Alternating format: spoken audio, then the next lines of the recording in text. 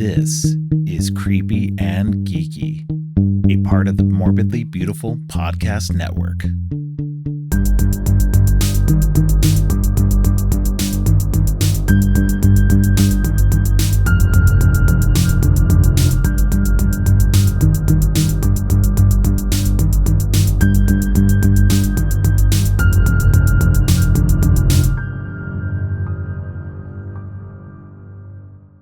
Welcome to Creepy and Geeky.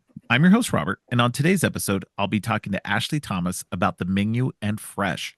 But before that, Donna and I are talking about the shows and movies we've been watching this last week. Welcome back, Donna. What you been up to? Sheesh, work. Right? I live a glamorous life of work and home. That's what I've been up Right. to. Well, when you're our age, pretty much all we do. So, I mean, I'm happy with that. I yeah, can I can rock with that. That's fine with me. How have you been? been okay. It's again work and home mostly. I did have my birthday yesterday. As of the recording, my birthday was on Friday. I was I just have gonna turned say, 50. Yeah, I just turned woohoo. 50. Yeah, woo! The big 50. Yikes. It's not yikes. It's awesome. Let's hope I have just as many years ahead of me as I have behind me. I know that's right. That's all I want. I That's just all want I to keep want. going. There's way too many things I need to watch and read and everything else that I Way too still many need things you time want to for. do. Right. So, but yeah. So what outside of work and just generally chilling at home, what you been up to? Any You know, interesting things? nothing too interesting. I'm still working on a book that I'm trying to write, and I'm still working on a Mm. couple of short stories that I'm trying to write. So Oh. that's pretty much been the bane of my existence because when you get off work, you're too tired and you don't want to do Yeah. anything, but then I have to push myself, and it's like if I can spend 15 minutes on social media or hours, I could definitely knock out about 30 minutes on a book or a story. So that's been my focal point lately is just trying to Okay. get that off the ground. All right. Did you watch anything interesting this week? I did. I watched the, Fallout series. Well, I'm still Okay. watching it. I haven't finished it, and it's so good. It's probably one of the best things I've seen in ages. I did watch the first two episodes of that last night. So uh um I know nothing about the games. I've been interested in them, but Mhm. never really dived into them. So I really know nothing about them. But the show is really interesting for the two episodes I've watched so far. So What's great about the show for me is I am very invested in the games. I have a gamer family. They either play it or I play it or I watch them play. It's just we're always immersed in something. right. So for me, it works on both levels because if you've never played the game and you don't know shit about it, it's still a very highly entertaining show. And if you do, then you catch all of the little nods to weapons and things in there. And I love it. And plus, I really love Walton Goggins. I think he is just killing it in the show. That's funny. That's cool. Yeah. Yeah, just everybody in that's really good. I from just what I've seen, I the main actress Ella Purnell, Hmm. she was on the first season Yellow of Jackets. Yellow Jackets. Yeah. Yeah. So so yeah, so it took me a minute to I was like, where do I know her from? Those eyes and So I had to she, like, yeah, every time I see her, she makes me think of a young Susan Sarandon. She just has a yeah, very kind of. old Hollywood kind of face, and her bone structure. I just love her face. But I also loved her in. She was in Miss Peregrine's. I don't know if you ever saw that Miss I have, but I Peregrine's didn't Home for. remember it. It's Yeah. so cute. She was the little blonde girl in that, and she had to wear weighted boots or else she would float. Oh, okay. Um, it's a really cute role, but yes, everybody in the cast is fantastic. I absolutely love it. Probably Goggins more than anybody else, but he's just got the old West cowboy thing going, and Yeah. I'm already enamored with that enough. So Yeah, when he does the old West thing, it just reminds me of his character Django and Unchained Django, right? or his character in Hateful Eight. So Yep, Mannix, uh Chris Mannix. yeah, Chris Mannix. Yeah. Oh my god. Yeah, Y'all got certain me things. talking politics. Oh my god. Exactly. There's It certain things cracks he me up. says on Fallout that make made me think of Chris Mannix and Yeah, also his role in Django. Just the way right. his walk, the whole. He just needs to do a full-on western. Like him and Timothy Oliphant need to do a buddy western. Right. I would pay top dollar to see that shit. That's funny. Yeah, definitely. That would be good. Yeah. All right. Um, well, I got to see the first Omen on Tuesday, this last Tuesday. So finally I was supposed to have seen it the previous Thursday, but as I recounted before, they something happened to the projector and wouldn't work. So we went back on Tuesday, and finally got to see that. It was good. It was really good. Good, There's some it was so funny too, because I mentioned this on social media too. So there's a really um kind of not really gross scene, but hmm there's a scene you're not expecting. And so there was this mom and her daughter that were sitting in front of us, and the daughter was kind of annoying in before the movie started, kind of like during the trailers and stuff like that. She right. was laughing kind of a lot, and it was kind of loud. Um, and I was just like, okay, I hope she's not like this through the whole movie. And then at one point they got up and left and like came back. And but during the movie, like I guess after this scene, hmm um, that they got up and left. I didn't notice it, but Katrina realized afterwards, she's like, wait, did they leave after that? And I was like, I think they did.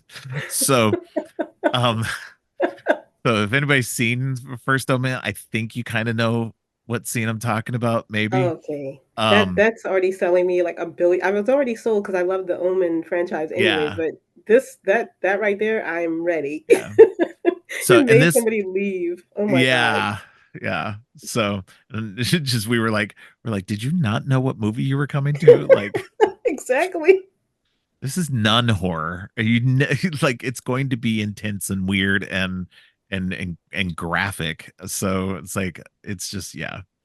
But yeah, it was a pretty graphic scene, and it was just like it was disturbing. And so I could see where people would just like if you're sensitive that you might not want to be there for that. Man, now you So got me like wanting to really go because I don't yeah. need, I might have to go by myself. Fuck this. So if you do go for a double feature of it and Immaculate, And Immaculate, yeah. their stories are kind of similar in certain aspects, And you like but the other one better, right? I oh bet. no, I do like Immaculate better. hmm Um, um, but um, but I think they work really well because the basic story structure is American nun goes to Italy, shit ensues. Um, so yeah, Have a rip roaring time. yeah. So, but yeah, no, it's a pretty crazy movie though. So, but yeah, it was a lot of fun. So, and I'm then I got so to glad you go. said that. Yeah, yeah. I think you'll enjoy both of these. I did also get to go see Civil War by Alex Garland Oh, on how was Thursday that? night. It was good. We missed the first 5 or so minutes, so I think we missed a little bit of exposition, like stuff in the like kind of explaining some stuff. But although also at the same time, having read some stuff afterward, we might not have missed very much hmm in terms of exposition because the movie does a good job at not choosing sides in all of this because it's about an American civil war. It's kind of in the near future. Right. And so it's so it does a good job at not choosing sides. You don't and I think Richard Newby, he's a writer, he's on Twitter. He wrote an article about how it's uncomfortable because it doesn't choose sides. We're so used to in our entertainment having a side to root for or whatever, and because this movie doesn't choose sides, it can make you feel uncomfortable because then you're just like, well, no, I actually agree with both sides. And hmm I mean, sometimes that's how it is. That's how life is sometimes. Sometimes you're kind of on the fence about things, and so it's a good movie though. I I've since have also, like, before I went to go see the movie and then after I went and saw the movie, I also watched a couple of Alex Garland's other movies. Before I went to see it, I watched his previous movie Men, which was, if you want to talk disturbing and weird, that was disturbing and weird. Um, it's I liked it. I didn't love it. It was kind of like, I don't know, whatever the message he was trying to say in it got kind of muddled a little bit, but it wasn't bad. And it was full core, so I was like, maybe it's just me not understanding. So, and then I also watched Ex Machina, which was his first movie, and I like that one. I like that one a lot. I like that one a lot. Yeah, It's very creepy, it gets under your yeah, skin. Everybody's yeah. performances are so good in that. It really is it's something to behold. Yes, When I yeah, got to no, the ending, I my jaw dropped. I was just like, "Oh, this is bad." yeah. Yeah, I felt the same way. I was just like, wow, this is wow, nightmare scenario right Right. here. So yeah. But yeah, no, that one was really good. I was really impressed with that one. I still need to see the only other movie of his that I haven't been able to see yet is Annihilation. Annihilation. Yeah. Yeah, that one, that probably is another horror film that just stays with you. It's like I don't know. It really does get under your skin, and not to be punny because there's a lot of things that get under Yeah. your skin in that movie, but it's probably one of the best things I've seen in ages. Yeah, that's what I've heard is it's probably his best, and I I want to see that one. So it's just not streaming anywhere, so I'm gonna probably have Yeah. to rent it. Which is unfortunate because apparently it was just streaming not too long ago. I was like, damn it, I missed it. So of course, but yeah, no. So I'm gonna check that out. But so far his work's pretty good. I think his work is very beautiful looking. His the cinematography in all of these movies was fantastic. And so that part, and then like it's full of interesting big ideas. Hmm. And whether they work for me or not, is I think more of my issue than what he's trying to convey on screen. Well, I So can tell you, Men didn't really work for me. I don't yeah, know. I wasn't really feeling it, and maybe I just needed to get in. Maybe I need to just give it another watch because I find a lot of movies do that for me. yeah, But I agree with you. They're shot beautifully. I mean, they look like yeah, art house pieces, but then they have something very scary or jarring or disturbing in them, which yeah. is, my bread and butter. You don't expect to see that kind of horrificness in such beautiful settings. So, Right. um, yeah, Ex Machina is probably one that it's going to definitely be a cult classic if it's not already considered one now. I just love that, but it's very disturbing. Like people that are freaking out over AI images and movies, they should never watch this movie Right. because they'll just be like, kill all of the robots. You're right. um, but yeah. So what else do you have Do you before I have start anything jumping in? else? Yeah, I got a Yeah, go couple ahead. of You go first. so couple of new trailers dropped. I know you Oh, saw obviously yep. Joker. That was one that Yeah. I'm everybody. I don't care about the Joker. That's the funny thing. I haven't watched the first movie. I watched the trailer. This one excites me no more than the last one did. So, I to can't each I their can't own. mess with you. To each their own. I'm glad they have these movies out there for people, but I just one of the major issues I have is just I'm not a big fan of Joaquin Phoenix. So like I don't really like most of his movies don't excite me. Like Right. yeah, I did go and watch Beau is Afraid because I like Ari Aster's movies, but that movie left me like just going, really, dude? Like honestly, like I like we haven't been able to talk about it like on the show or anything yet, but like I was just thinking about this the other day. I think Beau is Afraid was better as a short. Oh, it Um, definitely I, was better as a I show. think I think expanding it out to a 3 hour long movie was a mistake. I don't think it was as effective, and I don't like Joaquin Phoenix as a is as in general. Like he was fine in it, but I just he's never very compelling to me as an actor. I So think I'm just more sold on it because one, it's going to be a musical, and I love musicals, and right. two, I love Lady Gaga, so I kind of No, just and want to she's see. definitely a plus for that. Yeah. So she's the only So that she was the only aspect that I found interesting about the trailer. So yeah, I'm actually I would like really. to see a Lady Gaga Harley Quinn movie. So I mean, we may get one depending on her, maybe. what people's performance, how they perceive her performance in this. Right. I'm hoping, fingers crossed. And then we also got the Yorgos Lanthimos. I always mess up his first name. Oh The yeah. Kinds of Kindness. Have you seen that trailer? It's I so did. cute. Yeah. It Oh doesn't my tell you gosh. much, but yeah. It's fine. He already. I mean, we just got a movie from him. And now we're I getting know, another it's movie. crazy. Poor things, and then like not even 6 months later, we're gonna have Well, another one. to be fair, I think this one came so quickly after Poor Things. Not so quickly because of it, but just this one is very much modern times, not Right. complicated sets or costumes and everything like that. Poor Things was like fucking like crazy sets and crazy outfits and everything like that. So this one being sort of like normal, it actually kind of throws me off. I'm like, Quote okay, unquote this is normal. weird. We don't Yeah, know yeah. yet. No, no, no. I mean, I'm sure I have not seen any of his other movies besides Poor Things. So I need Really? to, yeah, I haven't seen The Lobster or The Favorite, and I want to go back and watch those too. You got a deep dive. Go to the beginning. Go to Dogtooth because that movie is so crazy and so fucked up. I was Okay, immediately a fan of his after that's that. funny. And then watching The Lobster and I don't know, he's just got a great eye and Yeah, he has got a great way of telling these little twisted little stories and I can't get enough. And The Favorite was out of the world. Oh my god, it's out of the park. Um yeah. so that trailer had me all excited. Like I cannot wait to see this. However, those were just two trailers. So Uh, I just saw a couple of days ago that Scary Movie. That whole Ugh. franchise is getting rebooted by Can we Paramount. not? I don't know Like, why we need it because look, the first two, I'm fine. I didn't need any other sequels. I'll be honest with you.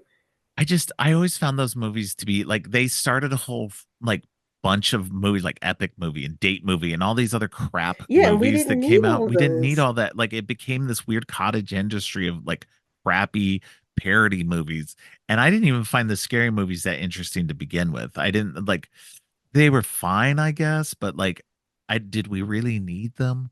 The Um first two, I like. Everything else yeah, after that, we did not need. And the yeah, only thing that I love about the Scary Movie franchise is that the Wayans brothers started it. So, of course, yeah, they get a piece out of everything that they do because yeah, they're one of the richest families out here in Hollywood. They hire all of their relatives. And I mean, there's a billion of them and they make a yeah. ton of money.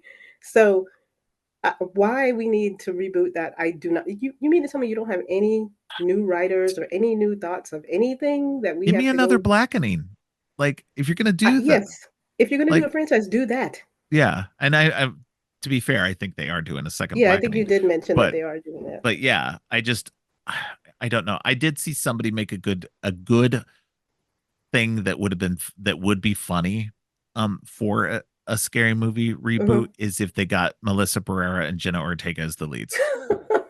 That would be That would be great. the only reason, that would be the only way I would watch this. Oh Honestly, my there's gosh, that would you be know, hilarious. that would be hilarious. That would be the best and I'd be down for that. So, So Paramount is apparently doubling down on reboots. So because now they're going to also allegedly reboot the Running Man, and what? allegedly, yes, and then Edgar Wright is supposed to direct it Oh, I did hear along. about that one. That one's Yeah, fine. That one was fine for me. I heard you were like, what? only because Edgar Wright is doing it. That's So, that's it. Yeah. yeah. And Glenn Powell is supposed to be playing the Oh Arnold hell yeah. Schwarzenegger role. Okay. So I'm I'm sold. Edgar I'm in Wright and on Glenn that. Powell. I'm perfectly fine with that. Yeah, Yeah. I've been a fan of his ever since he was on Scream Scream Queens. Queens, yeah. That's just been Chad he. Radwell. Oh my God, Chad Rebel is the best. So yeah, but I'm kind of glad that he's getting his flowers. You know, he was in Top Yeah. Gun, the what is it, Maverick, and then he was just in Anyone But You with Yeah. Sydney Sweeney. So Did the new one Twisters, the Twister sequel. Twisters, yeah. Yeah. So yeah, I'm glad people are kind of recognizing that, we don't need to see the same five white guys. We need to see some new white guys in Right? movies. Yeah. No, definitely.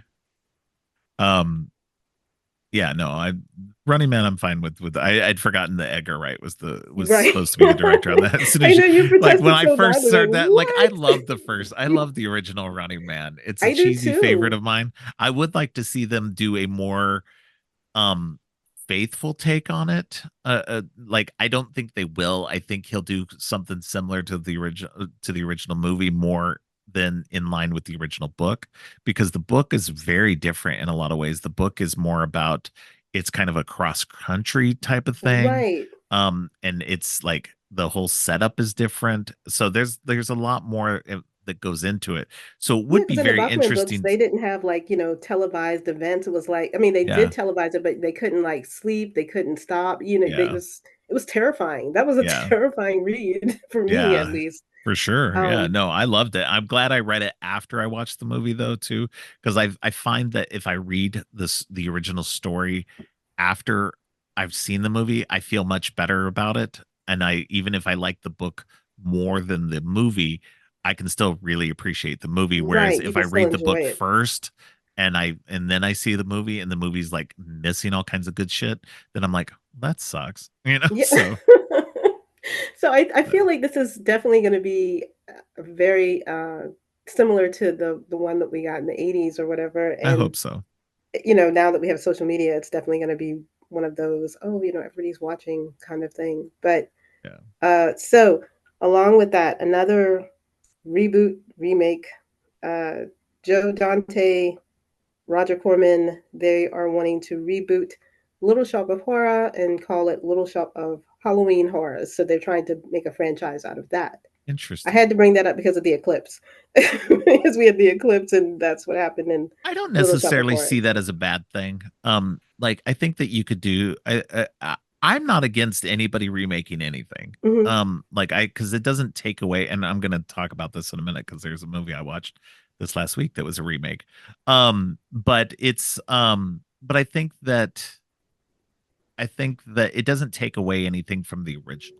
And sometimes the remake can be better than the original because they've already done that. They've the 80s Little Shop of Horrors was a remake of an earlier Little Shop Of of the Horrors 60s, yeah. of the 60s one. So there's there's there's nothing inherently wrong with it. And I think that the 80s one was more successful than the 60s one. When we think of Little Shop of Horrors, we think of the 80s one.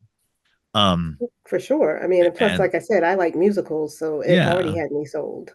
so I think that, anytime they do that. So I never get that upset about even the Running Man. Like I said, like, if even if somebody else had been doing it, I'd still probably go, okay, I'll go watch it. I don't know that I'll like it, but I'll go watch it. I mean, I'm kind of So invested in this just because Roger Corman directed the original. yeah, So if he's on board, I'm sure between him and Joe Dante, it'll be a really fun movie. If nothing else, it'll be fun. And if right. they're trying to make it a franchise of movies, it's interesting to see what they would do with that. Yeah, definitely. That's cool. Yeah.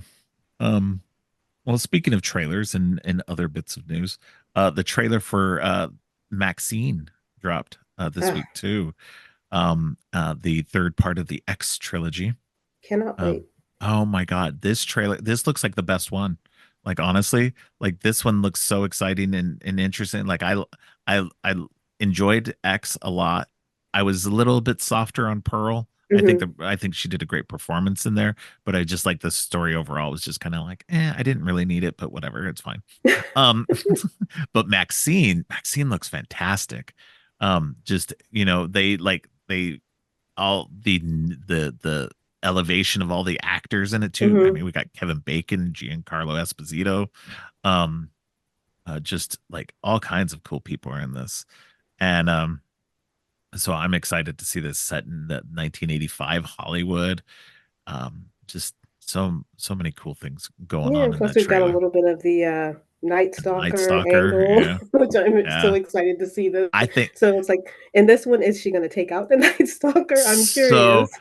So here's my thing though, and I think and I was mentioning this. We were talking about it briefly on Twitter. I was talking to somebody on Twitter about it, and they said that they weren't sure about one thing, and I kind of am beginning to wonder if the Night Stalker angle is like not necessarily a red herring, but it's Hmm. there's a misdirect going on in this. So Right. and I feel like that's what's going on, and so I'm like, all right, let's see what happens. I don't want to say what I think it is. Keep it Uh, close. Yeah.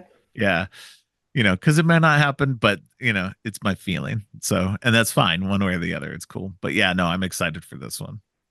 Yeah. And the other, I really yeah, liked go ahead. how everything looked in that trailer. And, we even get the splash of blood on the VHS Yeah, tapes, and we get to see the Psycho House. And It just really looks like I it's going get to some be major like, and people talk about slashers, and I think there is a definite heavy slasher vibe going on it too. But I was getting some major giallo vibes in it Jalo more was than it, definitely all over that. like the that splash of blood, Hmm. the guy in the with the gloves and everything. I was like, Yep. dude, this is totally a giallo, man. Yeah. Like, It's going to be so good. I can't yeah, wait. yeah, it's gonna be pretty cool. The other piece of news was, unfortunately, Saw 11 has been bumped from this year to next year. I saw that. So, And they yeah, also pushed the crow back. I'm sure it's because yeah. the backlash of everybody hating how it looks. I guess I don't know. I don't have a particularly like I'm not particularly passionate about the original Crow. I've seen it maybe once in my life.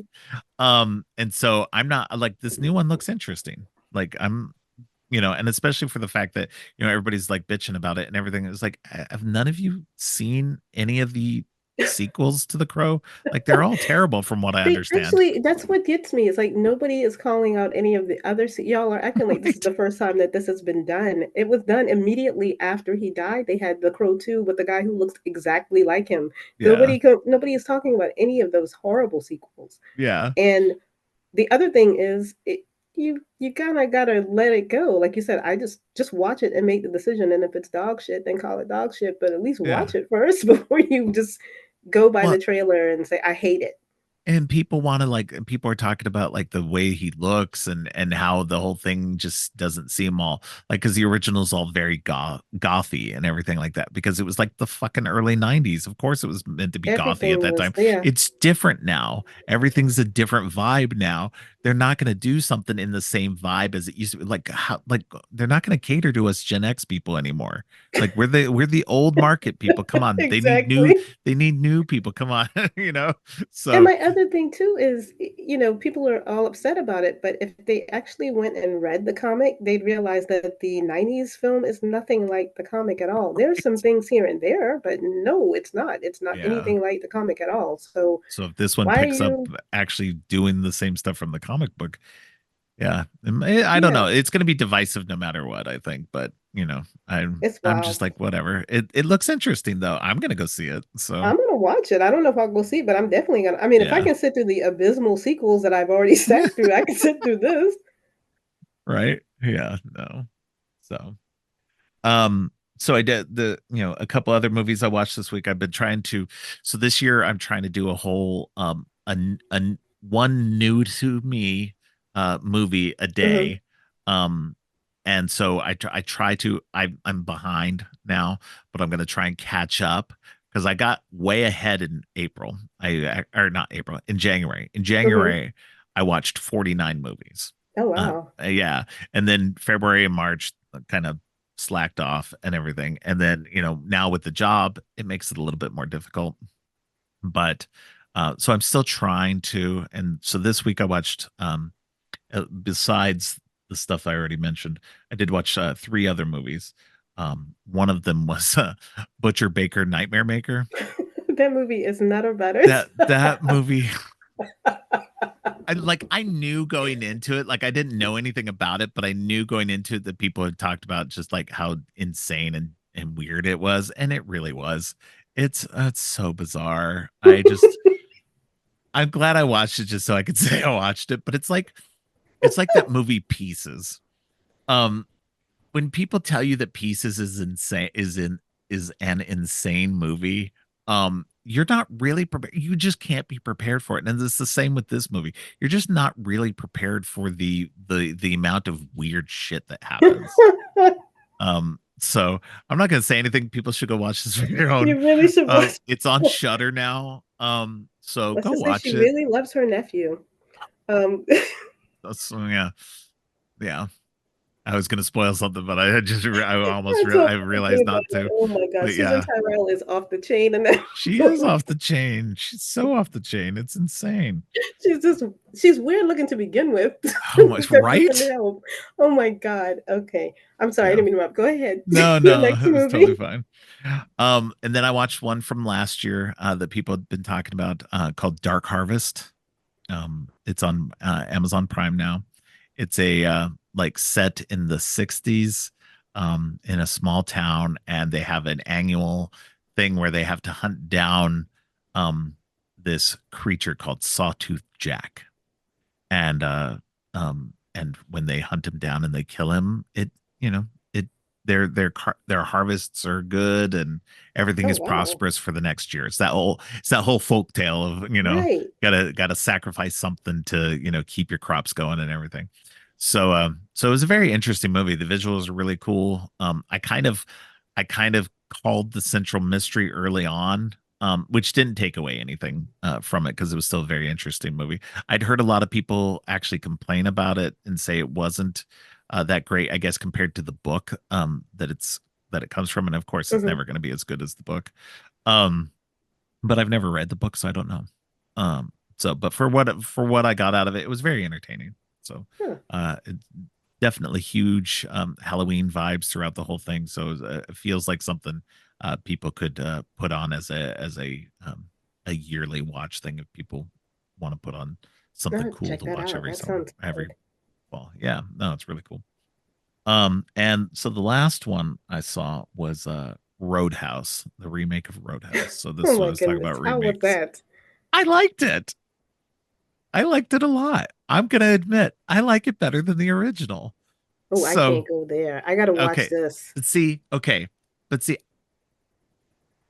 I don't care about the original. It's fine. Robert, who are you? I know it's fine, but I'm not a big Patrick Swayze fan. That's the major Okay, issue. It's just like I'm not I've even never. gonna. Yeah, We're I not gonna know. have this Shush. discussion. Hey, We're not. shush. Mm-mm, not I having this like it. I discussion. like him in Point Break. He's awesome in Point Break. Wouldn't say that. Like Point Break's a great movie, but I feel Roadhouse, like I I don't don't know. know you right now. Road I'm sorry. Go ahead. Roadhouse is just a movie I just never jammed with. It's never been my speed or anything. It just I don't know. I get it. Everybody loves it. Whatever.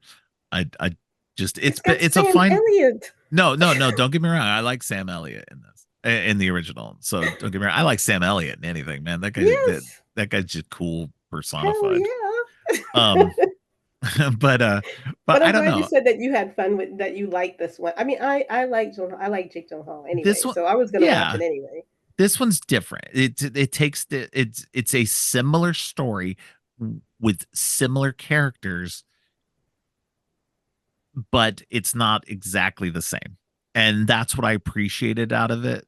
Like because sometimes, like, don't get me wrong, there's sometimes where like I watched the Point Break remake, and for some Right. reason that one really didn't work for me at That all. falls so flat. The whole Yeah, and I ecosystem or think it's just something. because the characters are just boring.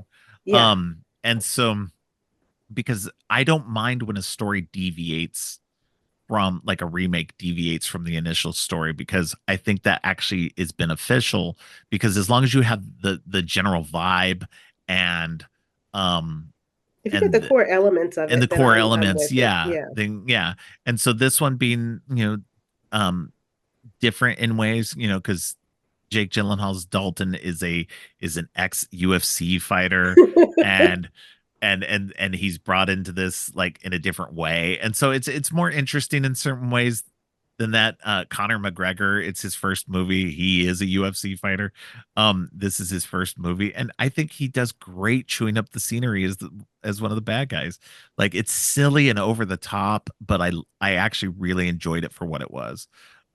But yeah, I think you'll like it. I mean, I mean, it's good fun. And again, I know I'm gonna probably be like literally the only person in the whole fucking universe who says this, but I prefer it over the original. So I really don't know who you are. Are we still friends? Can we still be yes, we friends? could still be But friends. I mean, but that's fine. That is fine. Once again, I know a huge chunk of it is nostalgic for me, but Yeah. once again, I get to see Jake Gyllenhaal with his shirt off. Oh, So and it's off a that lot. So that's already a crucial 10 points for me that he takes his shirt off in this movie multiple times. I'm gonna watch it though. I watch yeah, it's every on Amazon remake or Prime. reboot. Yeah, I'm definitely watching this. But I'm glad that you said that you prefer it over the original. And I think once again, this is going into that trap of the whole crow. I'm not gonna watch. I was Yeah. kind of like, I don't know if I want to really give this a go, but then I was like, why not? It's probably going to be fun. If I can sit through the Fast and Furious movies, I can sit through this. I You love the know, Fast and the Furious movies. Come on. see, here we go now. I love the Fast and Don't you? Furious. Come on, but they're in space and they're driving Oh no, tanks they and are they're jumping over stupid as hell, bridges. but But I that's why have I fun like with them. them. Yeah, exactly. So I can devote a couple of hours to have fun and watching Jake Exactly. Gyllenhaal and taking his shirt off. So it works for me. Exactly. Yeah. No, it's Um, really fun. so there is one thing I do want to talk about before Yeah. we. I don't know if you had anything else, but No, I'm all done. It's all you now. so this is the last thing. So I don't know why we didn't talk about it the first couple of times we've met now, but the trailer for In a Violent Nature. Have you seen that Oh trailer? yeah, yeah. I am over hyped. I'm like super hyped to see this movie. The fact that it's, from the perspective of a resurrected undead slasher. Right. This movie, it's going to be off the hook. I mean, and it looks good. The trailer, it just looks, Looks everything about it looks like a very painting. interesting. Yeah. Yeah. So I know that that's coming out. It's I think IFC produced and Shutter. I think they were the ones Yeah. that put it together. So it's coming out May 31st. I'm praying it comes to a theater near me. But if you guys have not seen this trailer, and it's been out for a while now, it's Yeah. such an interesting vibe. I really am kind of clamoring to see what this is going to look like. What are we going to get to see from this? But it's all from that slasher's point of view, and it looks Right. beautiful. But just so everybody understands, it's not from like, this is not a first person No, perspective. not like Yeah. POV. Yeah. But yeah, no, it definitely looks interesting. It's and it's not like, yeah, it's hard to explain. You have to watch the You have trailer. to watch the trailer. Yeah, So but yeah, it's in a violent nature. Yeah, that's gonna be is it's gonna be interesting. And if you don't catch it in theaters, I'm sure it's gonna be like a couple of weeks after it'll be on Shutter, of course. similar to Yeah, what they're doing with Late Night with the Devil. So yeah. I kind of want to see what this does and how it shakes up the horror people if it pays off because like I said, every shot in this trailer looks like a painting, like a really yeah. scary painting. Somebody getting ready to die in a horrible manner. But that was it. That was all I brought to the All right. table this week. Yeah, that's all I had. I unfortunately had a lot that happened this week that I wanted to talk about, but yeah, I tried to get through it as quick as possible. Yeah, Um, absolutely. but yeah, no, it's been a good week. Hopefully, next week will be just as good. We'll have lots to talk about. All right. Like I said, that's all I got. You don't have anything more? We'll Nope, that's it. move on to the next segment. Uh, as always, stay creepy.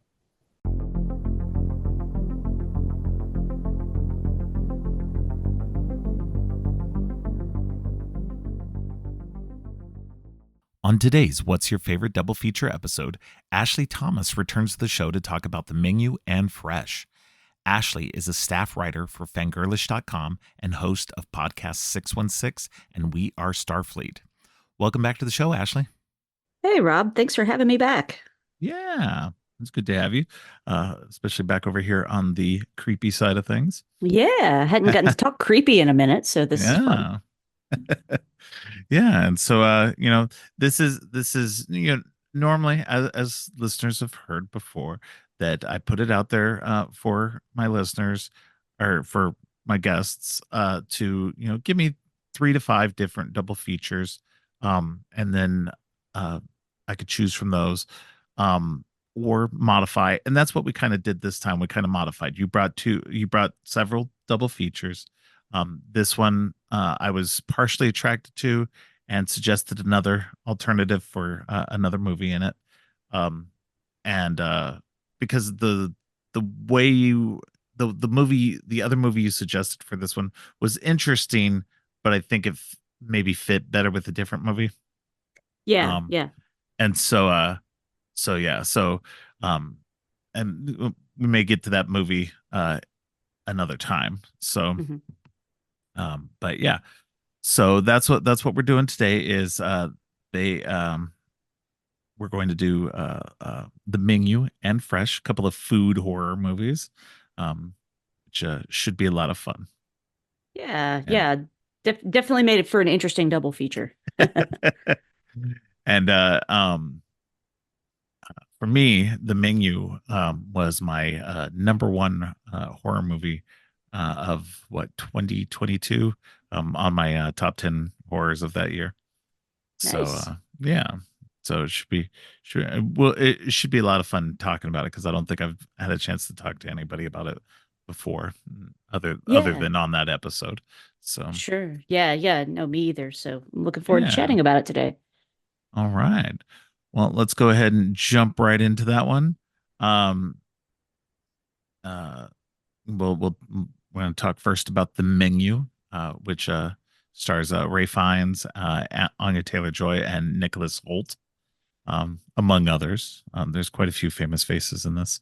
Um, but it's about a group of people who get to go to this exclusive, um, like super upscale um, restaurant on this island with the super famous um, chef, and they go to this very special um, uh, evening, which you find out quickly goes downhill.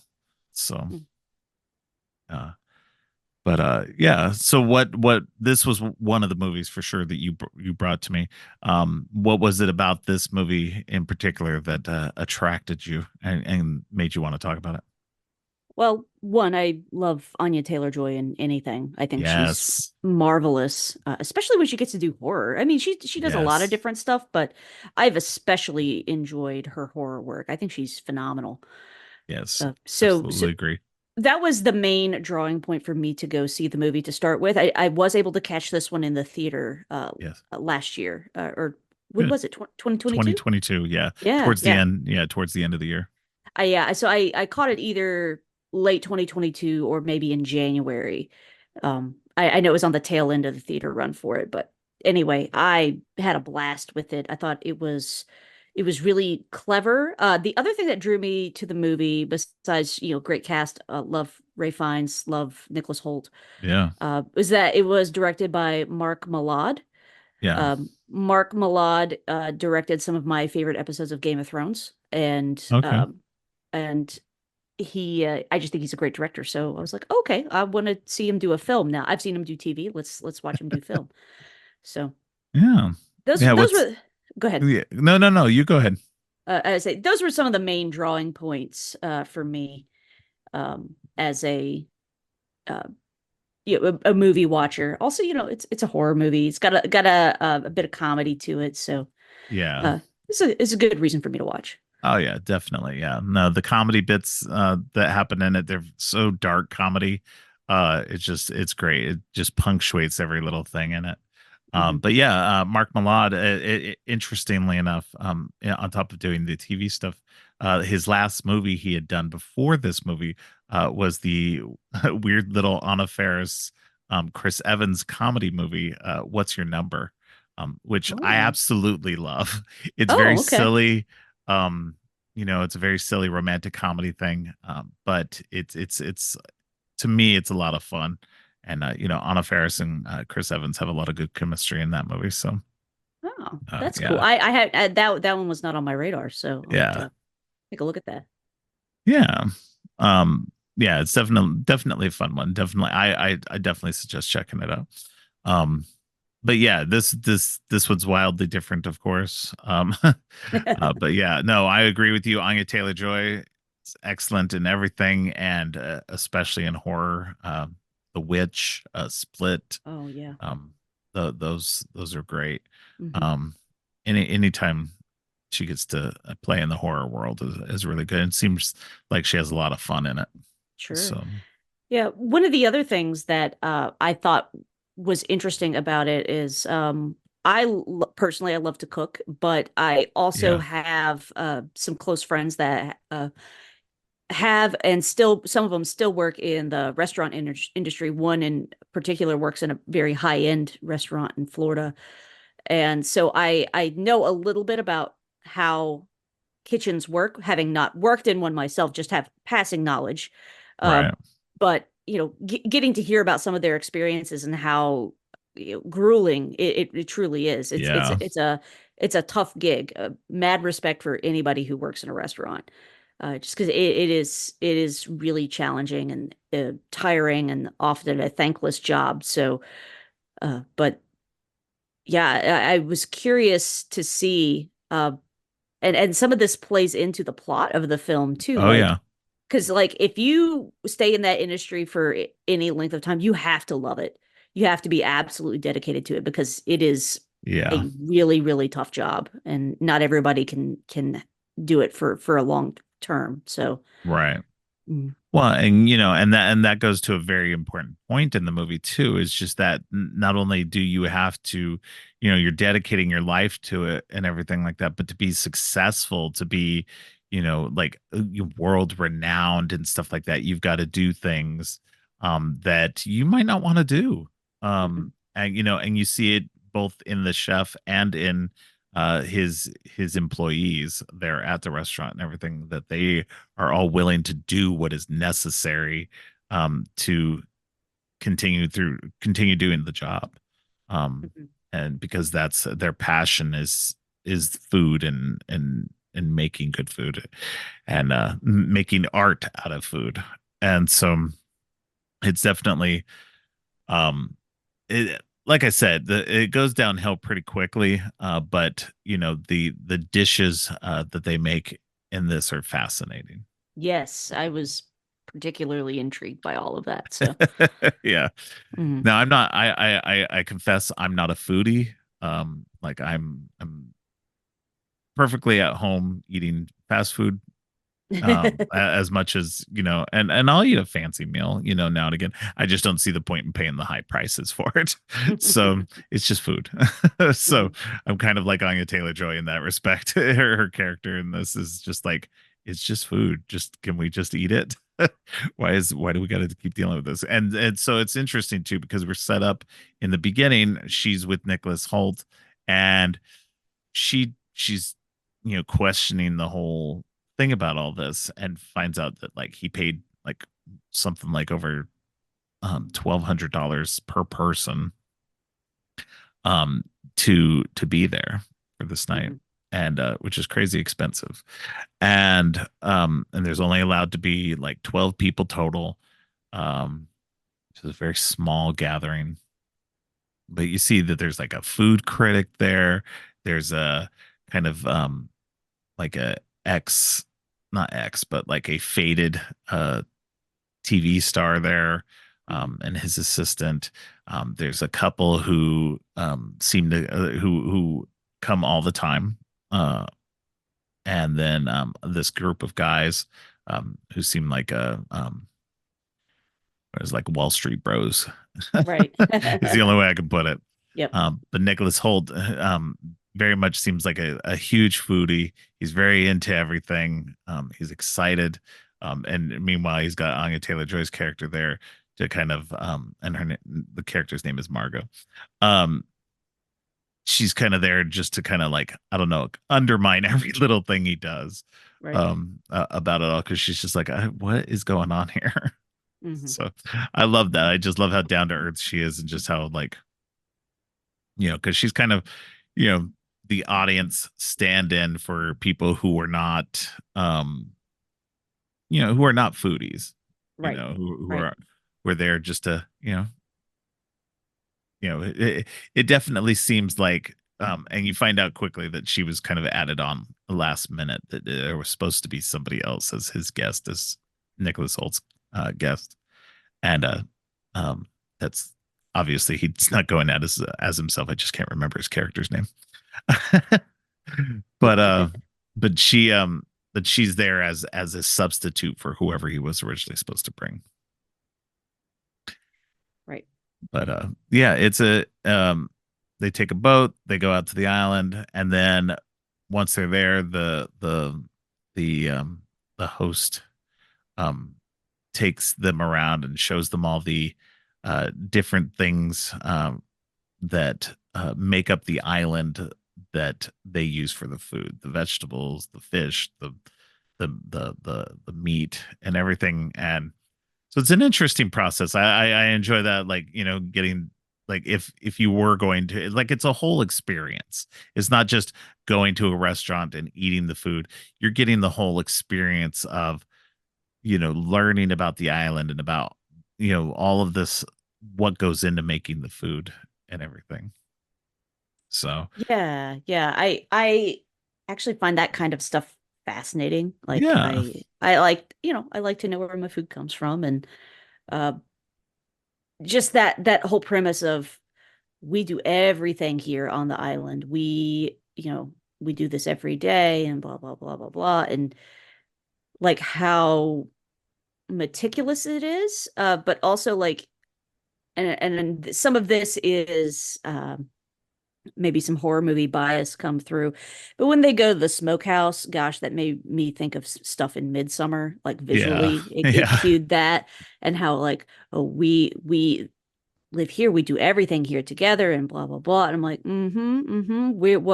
we are experiencing a cult is what we are experiencing yes, here. yeah, and that's what kind of, they kind of almost weirdly deconstruct the whole, um like the whole, not industry, but the whole fascination behind all these food shows, all these people who, like, kill themselves on these food shows trying to, like, become top chef or whatever, or master chef on, Gordon Ramsay's shows and everything. All these people who do all this stuff and everything is like, this is this group of people here, they're doing it on a whole other level. They're dedicating their entire lives to being on this island and to doing whatever this particular chef wants them to do. And it's fascinating. Because I have seen a few of those type of shows. I never watched Gordon Ramsay. I always found him way too abrasive and irritating for me. But I watch stuff like Top Chef and Mhm. everything. So that those shows can be fun, but but yeah, I always felt like just these chefs who come on these shows, and they're doing it for, to make a little money, to maybe start a restaurant of their own or whatever. And it's interesting to see a different perspective on that as well. A chef Mhm. with all of his minions basically Right. doing what they need to do. And I mean, they are very much like his minions. Like, once we get to the restaurant and you meet the chef, and they're all just like, yes, chef, all in unison. And Hmm. it's just, it's it's disturbing. Yeah, well, and yes, chef is how you respond when you work in a kitchen. Like, that, whoever's the head chef, that is how you address that person. So, Yeah, um, so that works, but also it adds like a sinister overtone for the setting that we've got here. yeah, definitely. Yeah, no. And so, once everybody gets settled into their at their tables and everything, you've got Nicholas Holt being this eager guy, just trying, he wants to impress chef, he wants to talk to the chef. Right. We quickly get into the dishes. They have their amuse and everything. And so, and everything is exactly as pretentious and weird as you think it is. Which makes it really fun and interesting, because you are, um getting this aspect of these very fancy dishes that tell a story, because that's what he's doing throughout all this too, is like, he tells these stories about each dish. And that's, again, if you've watched any of these, chef shows like this, they always have a story. So there's always a story behind the dishes. But that was, the fun part of it, was like hearing his stories. And then every time Anya Taylor-Joy, Margot, she just, she didn't really care. She wasn't interested in the food. She seemed like, because I mean, it is weird. It's weird food that you're just like, and for foodies, yeah, they're just like, oh yeah, I'm gonna go into it. Um, and then, like, the food critic and her partner, whoever the guy was. I think they were just friends.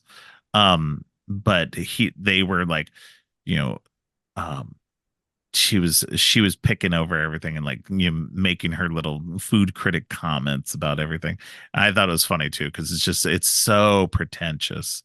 Um, and then like the guy who's her basically her toady who just kind of like echo everything she said. And if he said something different and she said, no, it's like this, and he's like, oh yeah, yeah, no, you're right.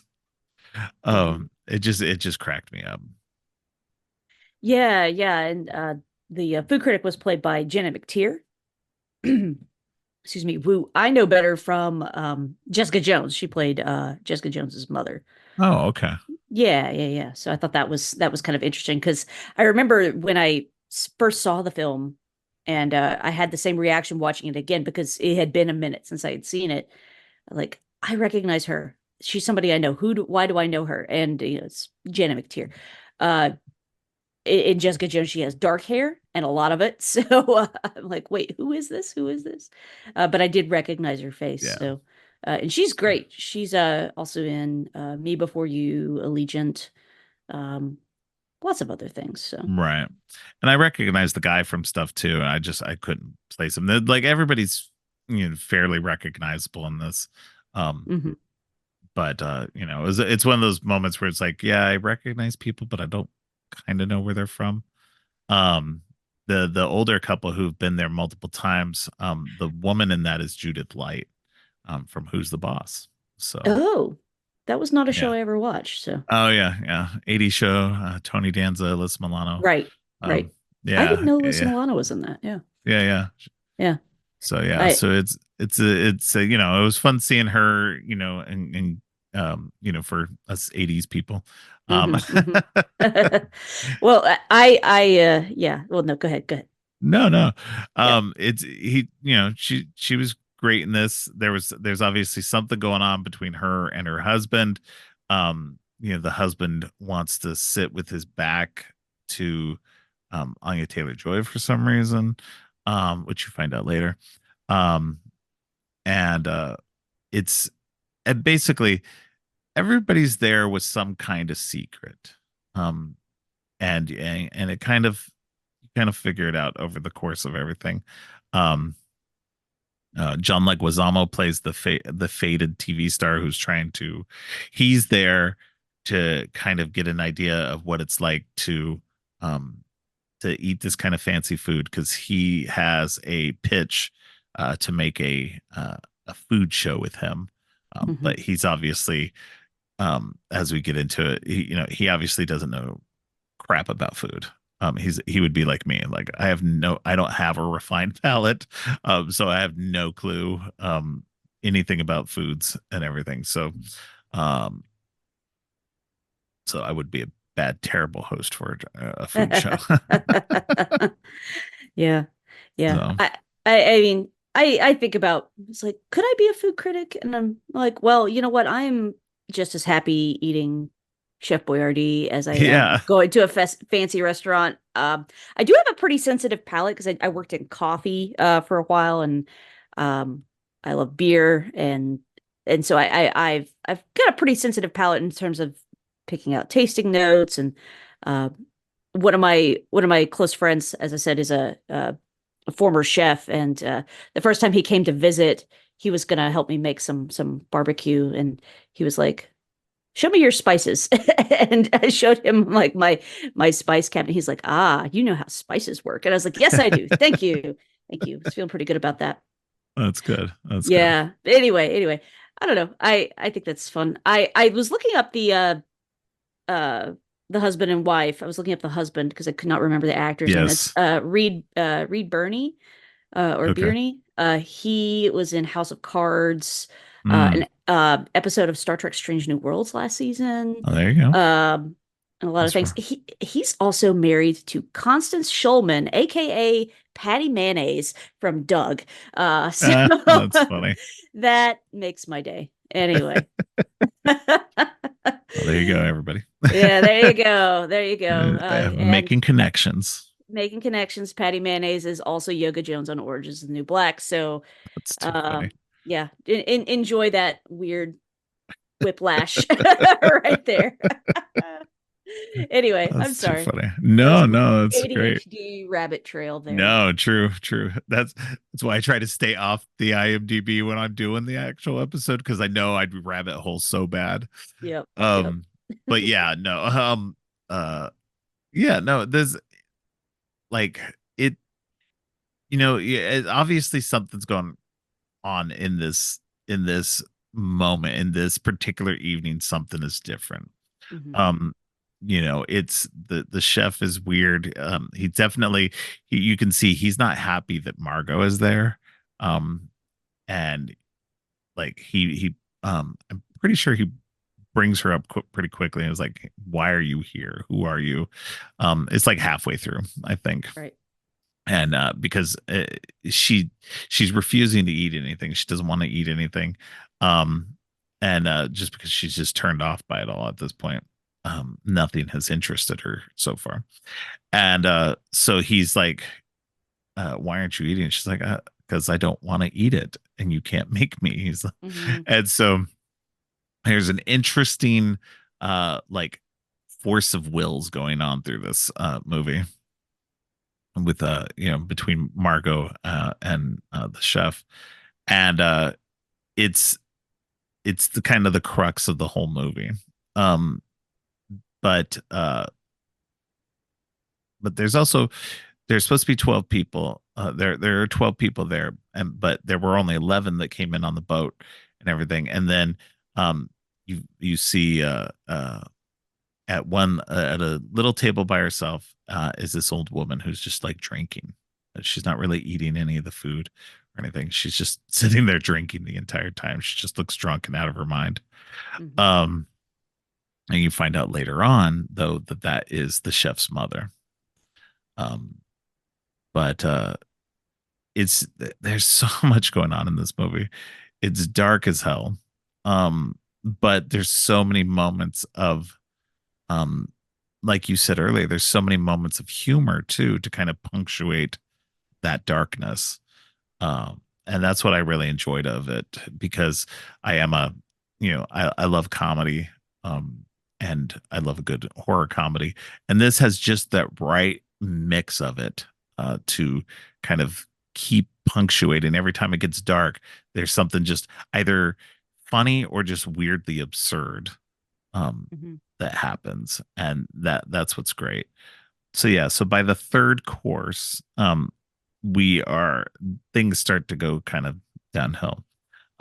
That's when they introduce the tortillas, which are laser printed images on them, which I thought was a fascinating thing. I was like, that's very cool that they can laser print onto tortillas. I mean, it makes sense. You're just kind of burning an image onto something. Right. Um, and so, you know, we get the older couple. They get tortillas with the image of the husband with some strange woman on them. Hmm. And so the wife is just like, who is this woman? And the husband's like, I don't know who she is. The food critic has tortillas that show restaurants that have shut down because of her reviews on them. The Nicholas Holt's character gets tortillas showing him taking pictures of the food when he was told at the beginning that he's not allowed to take pictures. And then John Leguizamo's character gets tortillas of his from his old show that he had been on, the thing that he's probably most famous for, some doctor comedy show that he was on. Hmm. And meanwhile, the Wall Street Bros get tortillas with financial statements showing their embezzlement of millions of dollars from a company. So everybody starts freaking out. Already things are going off the rails quickly. The Wall Street Bros are trying to get out of there, and you know and the hostess, very sinisterly played by Hong Chow, is which she's great in this movie. Yes, Elsa. She's so good. And but she's just like tells them, sit down, be quiet, eat your food, basically. Hmm. Um, and right after that, during the fourth course, um, uh, uh, a chef comes out and tells the story about this sous chef who's been like basically kind of working really hard, but screwed things up, and just isn't a very good sous chef. And so this next course, the guy, the sous chef Jeremy, puts the gun to his mouth and kills himself. Hmm. Which shocks all the guests. They're just like, okay, wait, is this real? Did this guy really kill himself? What is going on? And so they're all trying to get up and leave and everything. They're commotion through it, all of it. And then the older man, Richard, he gets his finger cut off, his ring finger, as a warning to stay. Yeah. Ooh. And it just like, yeah, everything, like I said, everything escalates very quickly. It goes Yeah. downhill very fast. Gets increasingly harder to watch. Like, oh, Yeah. Yeah. no. It's so bad. Yeah. Um, and then um, and then there's the chef, obviously the chef is out of his mind. We're just like, what in the hell is going on? What is going on? Why is somebody killing themselves over this? Like literally killing themselves over this job.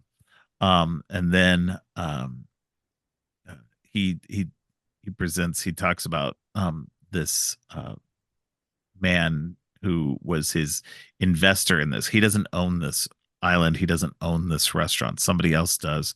So he doesn't own anything himself. He doesn't even own himself in this because somebody else is bankrolling it. And so, and he's always reminded of this by this person. Um, and, um, and so he takes this guy and like in front of the whole, um, restaurant outside the windows of the restaurant he drowns this investor in the water outside. um it's just like I said, it goes downhill very quickly.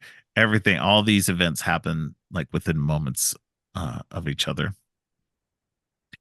um and it's shocking. Everybody's like put on unease, and then like immediately after that, um let's see, right after that, they have the guests all get up and go outside. And then he has another employee. He's talking to about another employee of his who he um, sexually harassed, and she is being able to get her moment of, um, I guess, revenge or whatever. Hmm. He allows himself to be stabbed in the leg by her. Um, and then she presents her dish. But before that, all the men have to run. They're allowed 45 seconds to run, and then be caught. And uh, whoever's the last one gets like a special dish for them. Yeah. It was so funny. Yes. It's so funny because they all get hunted down, and then the one guy, it's the one who's with the food critic. He was hiding in a chicken coop of all places. Great Yes. hiding place, though. It was hilarious. Well, and But that he's go ahead. isn't the dish he's handed some sort of Yes, some like sort of egg. Yeah, egg. yeah. I was like, that's It's like appropriate. I wonder if it was like made specifically because they knew he like they like because obviously seems like a very simple-ish dish.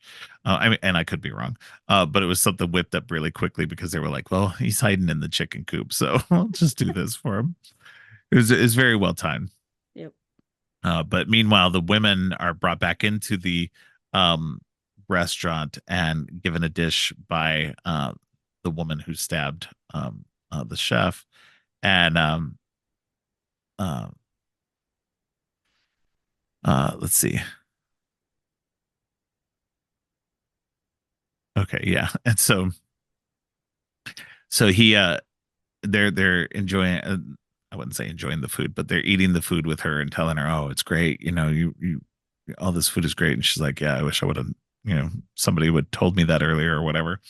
And she's offered to um help to um get a restaurant of her own started and everything like that. But she tells them no, it was my idea to kill everybody. Um, which you found out a little bit earlier was that the night was going to end in everybody's death there in the restaurant. So that's the whole point of the evening was that everybody gets these great meals and everything like that. But by the end of it, everybody's going to die. So, and there's no getting out of it. And like not just the guests, but everybody on the staff is going to die as well. So Mm-hmm. it's the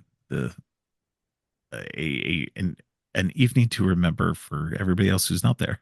Um, so yeah, so the chef, his name's Slowick. He eventually tells everybody that the reason why everybody was invited there is because they either um had some contribution in him losing his passion for um being a chef or for exploiting others, like the food critic who just really shut down everything. She's the one who put Slowick on the map. She helped him get like make his career, but she's also gone out of her way to shut down others. Um, and so um, and then people who like the older couple, like he asked them, is like, you've been here 12 times, can you name one of the dishes from the previous times? And neither one of them could remember anything. So obviously they don't really care about food, they care about the status of being there. um so so it's interesting too, and meanwhile, him and Margot are still kind of having their um you know face off of sorts, stare downs and such. He's trying to figure out who she is, and he realizes, hey, you're not one of these rich assholes. You are, or these people who are terrible and everything like that. You're more like us, the people who work behind the scenes. You're somebody who's uh, especially In service, I think is what. yeah, in service, yeah. Yeah. And you find out through all this that she's like a call girl, like an escort, and she's there just because um uh Nicholas Holt's character, I guess, didn't want to bring the girl he was going to bring, um because you find out also that Nicholas Holt was kind of in on it of a sort. He was told earlier on what the night was going to be like, that yes, everybody was going to die and everything else. And so he was part of that. And so it leads to a great scene because um because he is this foodie guy and wants to impress the chef and everything like that. Chef gives him a chance and he fumbles it so badly. Mm-hmm. It's great. I love Nicholas Holt. He's been so good in so many things. He playing this role so well. And never seems to play the same kind of role twice. Like Yeah, he's got a really diverse resume. I'm really yeah, impressed with his yeah. range. Renfield, the X-Men movies, Mm-hmm. Warm Bodies, like so many Tolkien. things. Yeah, yeah, yeah. Yeah. Um, so he's one of those really great actors. What's it called? He's in Mad Max Fury Road. Yep. Um, which Anya Taylor-Joy is now in the prequel to that movie, Mm-hmm. as Furiosa. So Yes. that's a huge one for me this year because it looks so good. Absolutely can't wait for that. That's gonna be Yeah, so fun. yeah, definitely. So it's yeah, no, and so he fails doing this things like terribly. He makes like a super terrible dish, and the chef whispers something in his ear, and he goes off, and you don't see him for a bit. And then later on, he brings Anya Taylor Joy back and is like, "Hey, I need this barrel brought over here for whatever reason. That my my hostess here was supposed to do it, but for some reason she didn't do it. Um, so he sends her off, and as she goes off, she sees that Nicholas Holt has hung himself in the back. Mm. Um, so it's crazy. This movie's so crazy. Um, and she goes off to go get this barrel, and then Hong Chau's character, what'd you say, Elsa? Elsa, yeah. Yeah, she um he she goes to the Margot goes to the thing to get this barrel, but she meanwhile goes over to chef's house, the chef's house that's there on the island too, and goes in and kind of looks at some pictures and kind of sees some stuff there that gives her a little idea of who this guy is. And then the and then you also get a inside this house of his is a complete recreation of the restaurant, the dining area that they are in now. There's like this weirdly complete recreation in there. So it's like there's like two of them so that he can practice doing whatever he's doing in there. Mm-hmm. Um it was pretty disturbing. Yeah. But then meanwhile Elsa comes in and is like, he didn't tell me anything about a barrel. And, he's obviously said he's obviously doing something. Your presence here is messing things up. And they have a brief fight, which ends in Elsa's death. And it's um what is it? Margot goes back and uh let's Oh, see. before she goes back, she has managed to radio for help. Oh, right. Hmm. Thank you. Um, so yeah, so she's managed to radio for help, and she goes back to the thing, and he has her sit back down. Um, and the Coast Guard guy comes in. They hear a boat coming in off the water and everything, and so the staff quickly kind of cleans the guests up and everything like that. So it doesn't look like things are super amiss. So just in case something's going on, they can kind of um pretend nothing is going on. But the guy comes in and just before he leaves, he realizes that who John Leguizamo's character is, and he wants an autograph. And then he gives him the autograph, but on it, and he says like, "Please help." Um, and he turns back and it reveals that he's part of the whole ruse, that he's a line cook in disguise, and goes into the kitchen. um so just like everything is like crazy. And then right after that, Margot confronts Slowick about his cooking and saying that it's there's no passion there, you know and and that she's still hungry. That throughout all this, she's still hungry. There hasn't been anything that she's wanted to eat, and she's still hungry.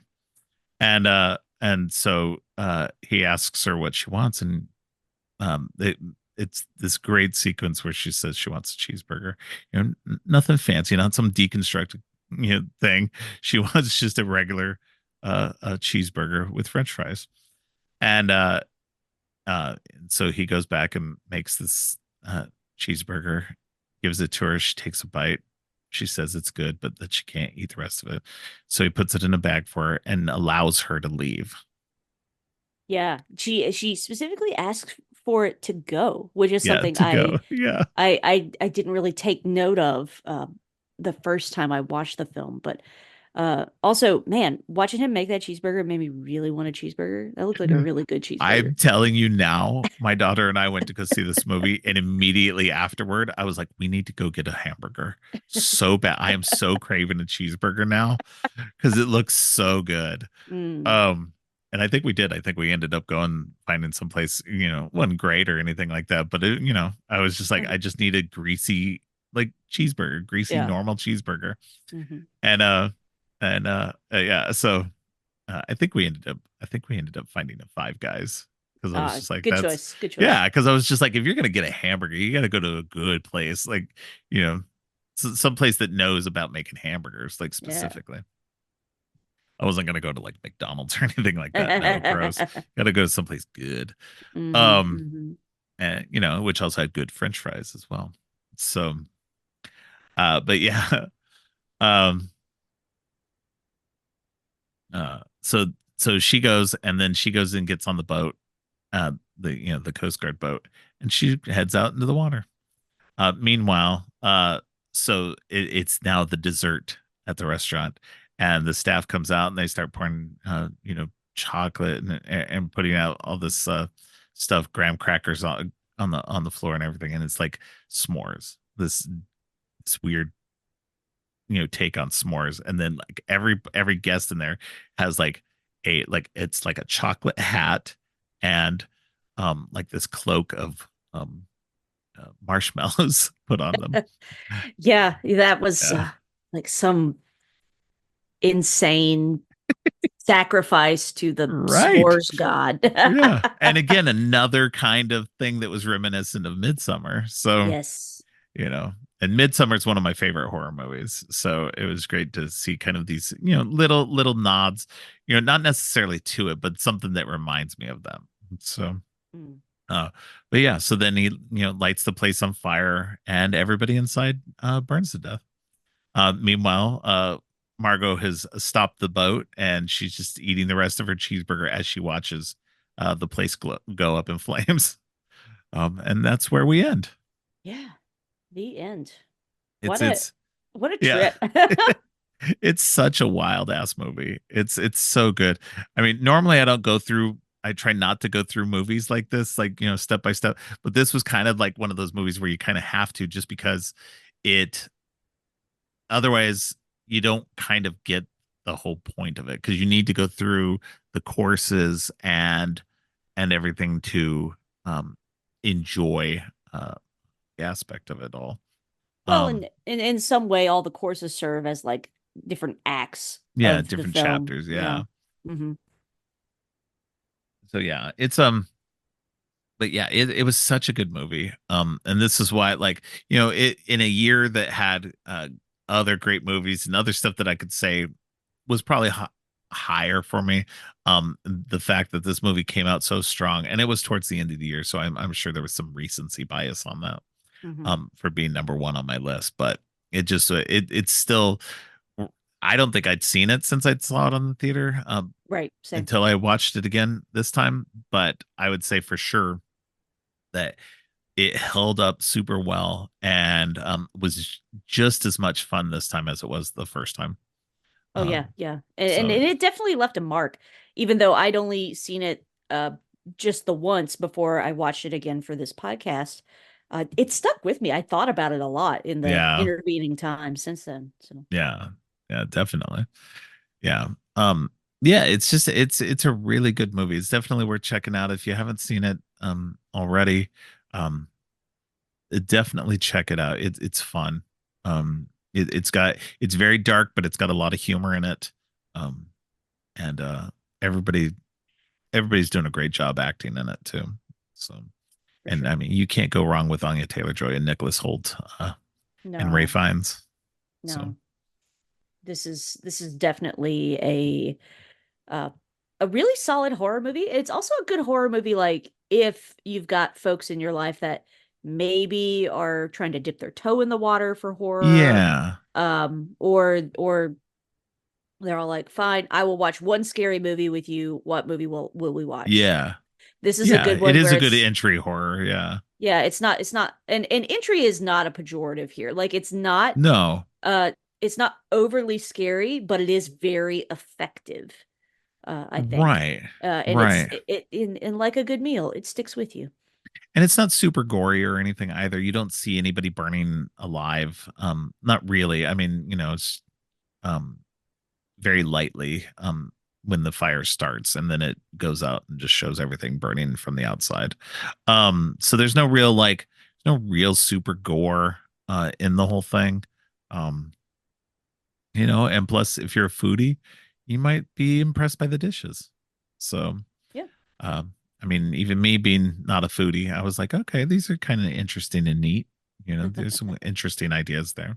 Hmm. Um, but yeah, it's definitely a fun watch, and definitely worth checking out.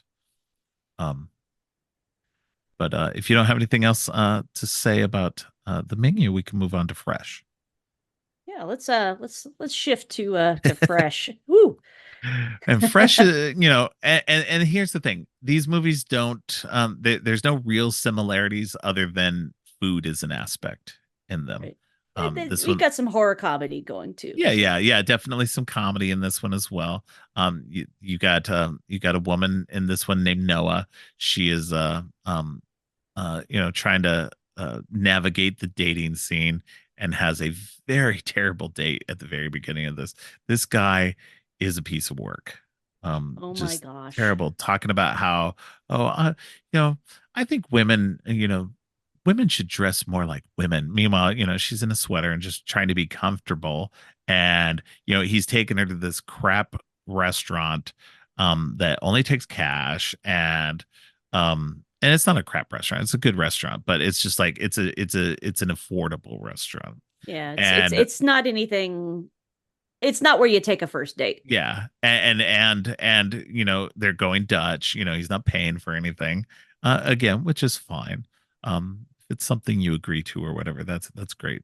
But meanwhile, he's like, she can't finish the meal just because she's disgusted by him, and so she's just like, whatever. And so they go to, she's just like, yeah, I'm done.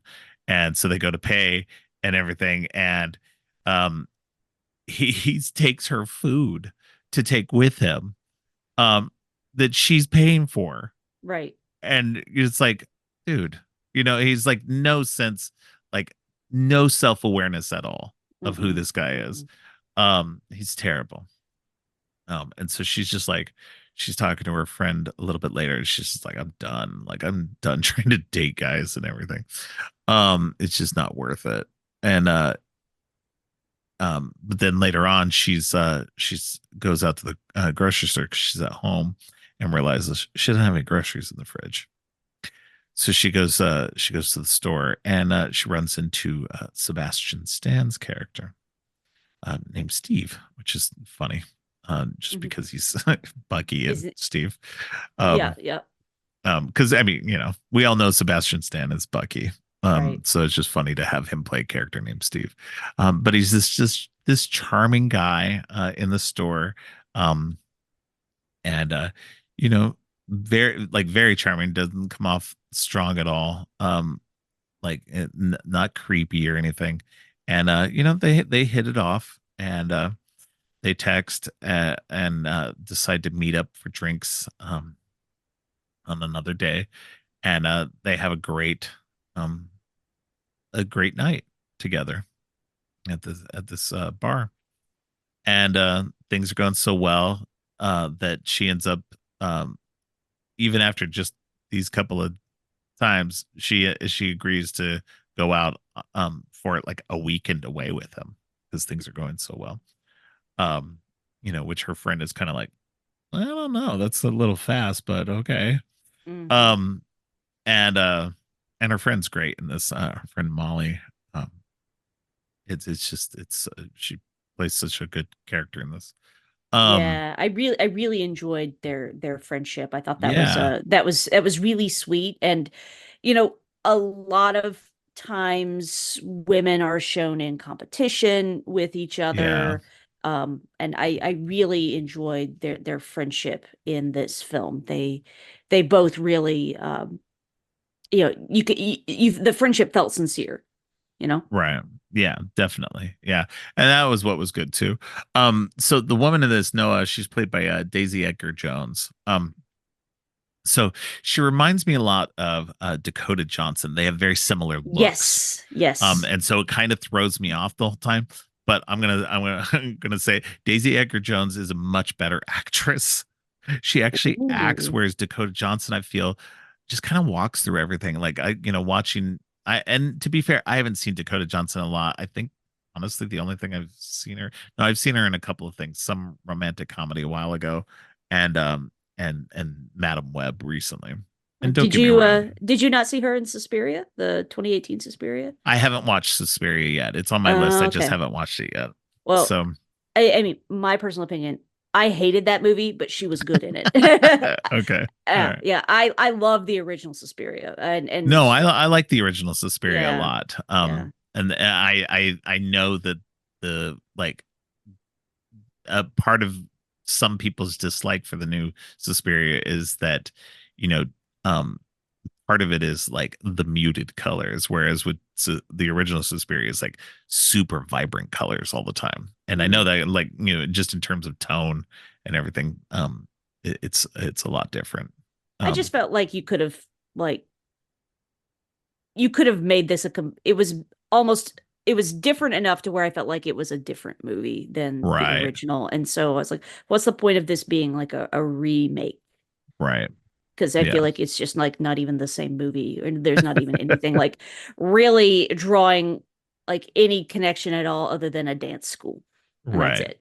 Yeah. But that's a tangent for another day. Yeah, no. So I mean, the few things I've seen Dakota Johnson and I've just been kind of like, okay, she's not really the best actress. I mean, she's okay, but like I don't see why she's got such a big like star other than the fact that she was in the 50 Shades movies. Mm, Um and the fact that she's a huge nepo baby. mm. So because she's the daughter of Melanie Griffith and And, Don uh, Johnson. right, right. Yeah. Yeah. So yeah, so but Daisy Edgar Jones, I liked her. They look so much like her and Dakota Johnson. But I liked her acting in this. Yeah, she was really good. Yeah, I'd never she seen was her good. in anything before, I so I don't think was I'd seen her in anything either. yeah, So so happy to yeah. make her acquaintance. Yeah. So yeah, so her and Sebastian Stan Steve go off on this weekend getaway. They stop at this house of his, uh, like where they're gonna stay for a little bit before they go up to, I guess, go someplace a little bit farther away. And things are going well. They're gonna have some drinks together. And they're sitting there talking and while they're drinking and everything, and she starts kind of fading in and out and just falls to the floor. And he's obviously drugged her. He does a great job of just being casual, still talking to her like nothing's going on just before she passes out. I thought that was a neat little um bit there Hmm. to like not let on that he's drugged her the whole time, just trying to keep that casual conversation going. Um but yeah, she wakes up and she's chained in this room and he's in there saying, um I'm gonna keep you here and um this is what's gonna happen. And you find out soon enough that he is I guess, technically he's a serial killer. But Hmm. he's got a very special reason for doing this. Is he keeps women there um, to uh, take their body parts to uh, cut and prepare to send to other people for them to eat. Um, so yeah. So yeah, it's a cannibal movie. Yeah, uh I don't think I realized that once until I started watching. It's like, oh no, what have I gotten myself into? yeah, I, because I think yeah, you knew nothing about this when I suggested it Nothing to at you. all, other than I was like, oh, Sebastian Stan, I know who that is. Okay. Yeah. Um, and I I don't think I've ever actually seen any other like cannibalism movies other Oh, than okay. uh Silence of the Lambs. Okay. So, and that one, you don't see him really like eating people.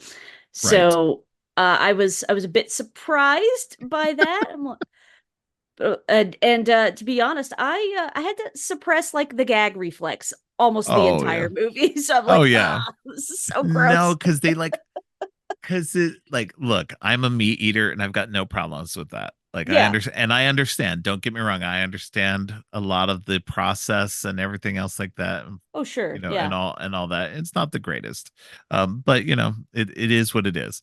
But watching like this, like, because there's a whole sequence where he takes like a human leg, and then he's like going out and like chopping it up and preparing it and doing the things you would normally do with meat in a restaurant Hmm. and putting them into vacuum sealed bags and Hmm. everything. It's a great sequence. But just and then later on, he's actually preparing some of it and eating some of it with her because there's a whole sequence about this. And but yeah, it's just once they're eating and they focus on the meat and they focus on them chewing, and it's just like, ew. It's like, it's Yep. not real human meat, but it's still just like, so Yeah. gross. Yeah, just Um, just the thought. So, yeah, yeah, exactly. Especially because, as they're eating, we're gonna jump ahead a little bit, but as they're eating this, he tells her that it's from a woman named Hope. mm, And so it gets personalized. And so it's just like it makes it worse in right. so many ways. It's like if you could take that step back away from it and not know like that it what like who the person was or whatever, then it maybe you could take yourself out of it a little bit. But once you kind of know the person's name and everything, it's like that's not right. Mm-hmm. So Mm-hmm. but yeah, so he's got her chained up in there. And he tells her, I'm gonna use your meat. Um, and that's what he does. He the first thing he does, and it's so dumb and awful. It's like he takes her ass. Yeah, Um, he just like chops her, like he takes her into an operating because you find out early on he's a doctor. right. He tells her he's a doctor who works with plastic, like in plastic surgery. Um, and so he takes her into an operating room, and she's not put under, like it's just enough anesthetic so she won't feel it. Right. But and she gets to smell the burning as he's like cauterizing as he cuts. Ugh. And it's so yeah, it's so bad. So yeah, so he cuts her ass off. And so like the rest of the time that she's chained up in this room, and it's got to be a good while. I mean, Mm-hmm. because she's healing and everything like that. It doesn't seem like that long once the friend is trying to find her and everything like that. Only seems like maybe a couple of days. But Right. it felt like for her, it felt like honestly, it felt like weeks to me. Right. The sense of time between the two was weird. Right. Um, Yeah, I'm like, can you even walk after that? Like, Right? Well, and um, she can't at first either. She's yeah, crawling because the pain is so intense and right. everything, and she can't sit down. But then later on, she can sit down, on a cushion or whatever. Um, I imagine, there's probably people without, people with very thin butts in the Mm-hmm. world that can sit down perfectly fine. Mm-hmm. I'm not one of them. I have a big butt. For all the audience out there who wanted to know about my butt, I got a big butt. There you go. Um, There you go. um, so Thank yeah, you for I can't. clearing that up. Yeah, right. Like I can't imagine what it would be like to have no butt and sitting down. Like how uncomfortable would that be? Um, but yeah, so it's just um, but meanwhile, while she's healing and everything like that, she hears a voice from another room. There's another woman there who's still being, cut up because he tells her that it's a long process, that you're going to live there and he's going to take bit by bit at a time because the meat is fresher the longer it's Mm-hmm. alive. Mm-hmm. So he just takes bits and pieces as he goes along, Right. um, and uh, keeps them alive for as long as possible. Right. Um, Meanwhile, her friend on the outside, who we mentioned before, Molly, she's tried to text her, and um, she gets answers back about like, I'm doing okay, but I'm gonna turn off my phone for a bit, just kind of, Mm-hmm. disconnect or whatever. And she's like, okay, I love you. And they have a particular sequence that they, Right. when they say I love you. And I can't remember what it is, but it's It's a I back and love forth. you. I love you. I love you more. Yeah. Yeah, and I thought, oh, like, oh, that's sweet. Yeah. But also I'm like, what a wonderful thing to have. Yes. In case you are ever kidnapped, have like a special, Phrase. special Yeah. catchphrase with your bestie. There you Yeah. go. And that's what happens is she says I love you, and then she just gets a heart back from her Right. from Noah's phone, and she's like, okay, that's not right. Mm-hmm. She would Mm-hmm. never do it that way. So something's Never. definitely wrong. And so she takes the picture that she had sent her before of this waterfall, puts it in the Google reverse image search, and finds out, oh yeah, this is just a stock image from somewhere. Mm-hmm. Something is definitely going on. Right. So so she goes and talks to this guy who is the bartender at the bar that that Noah and Steve went to before. It was a guy that they were familiar with, that Molly actually previously dated. Mm-hmm. And so she goes to this guy and says, hey, can you give me, did this guy pay with a credit card or whatever? And he helps her out, and she does her little detective work and finds out that possibly this guy, because Noah had previously sent her a picture of him, while he was sleeping next to her. So she'd sent Molly a picture of who this guy looked like.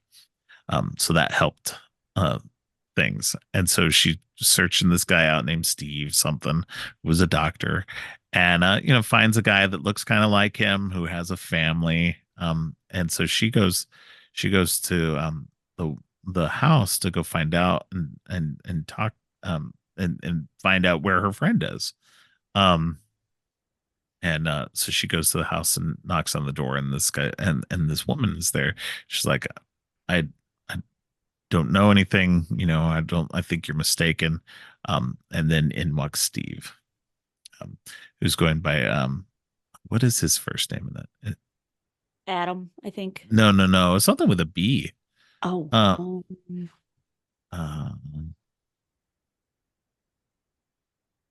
let's see. So, again, I should be more prepared. Brendan or Brendan. Yes, Brendan. Brendan. Yeah. Yeah. Yes. So Brendan, Steve is his middle name. And she's Mm-hmm. like, but do you go by Steve? And he goes, no, Brendan. And so they're talking for a bit, and then she dials her friend's phone, and it goes off in Steve's pocket.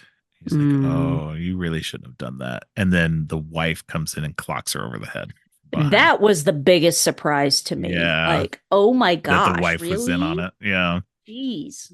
No, thank you. right. So then, they take her in. But you see the sequence with the wife a little bit later. She's in the bathroom and she's getting ready for a shower, and as she's getting ready for the shower, you see her. She has a um one of her legs is missing from the knee down. She's got a prosthetic there that she takes off before she gets in the shower. So you're like, was she a previous victim of his? That's what we're led to believe. But somebody maybe he connected with before, that he spared or whatever. Hmm. Yeah, Um, which you I'm never like, re- you never really get a satisfying answer on that. So I tell you on that, you're just left up to your own, and that's fine. Like I'm fine with the movies not giving us every answer. well, Um, it's like this weird Stockholm syndrome sort of thing, you yeah, know? because it does feel like there's moments like after, like during that sequence and everything like that, she's just kind of like in a daze a Hmm. little bit, and things aren't.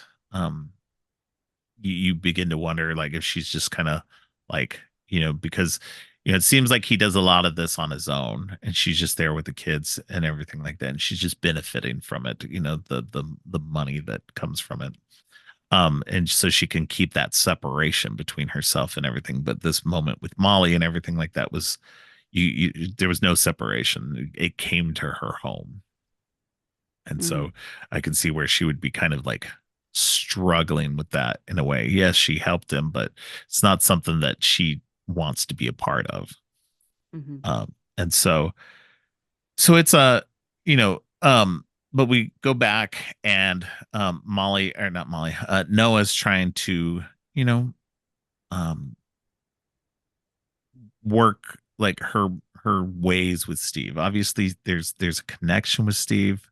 So she's, I think, between these sequences, she'd asked about, what does the meat taste like, and so that he's like, oh, you're interested, okay, and he kind of likes Noah, so he's willing to kind of, play with it, and brings her out, and that's when they have the first tasting of, that she takes a taste of it, which she then goes back and That's right. So it's right around that same time. He goes, but like right at that point, she goes back to her room and she's like, you hear her throwing up in there. She's trying to throw up the meat that she'd Hmm. eaten, Yeah. and that's when he brings Molly in to go put her into another room. Um. So yeah, so that was happening all around at that same time period. He probably brought Molly in the car. They had their dinner, and then he brought Molly in from the car or whatever. And Hmm. um, so yeah, he so there's a little bit more that happens. She's um trying to work on him, still trying to get um him to let down his guard. Um, they have he gives her this nice pink dress. They're gonna kind of have a nice little dinner date. Um, they they talk about this they're having some more uh meat. And Blech. he's like, yeah, this is and she's being charming and she's letting her guard, like getting him to put his guard down, like and it's working too.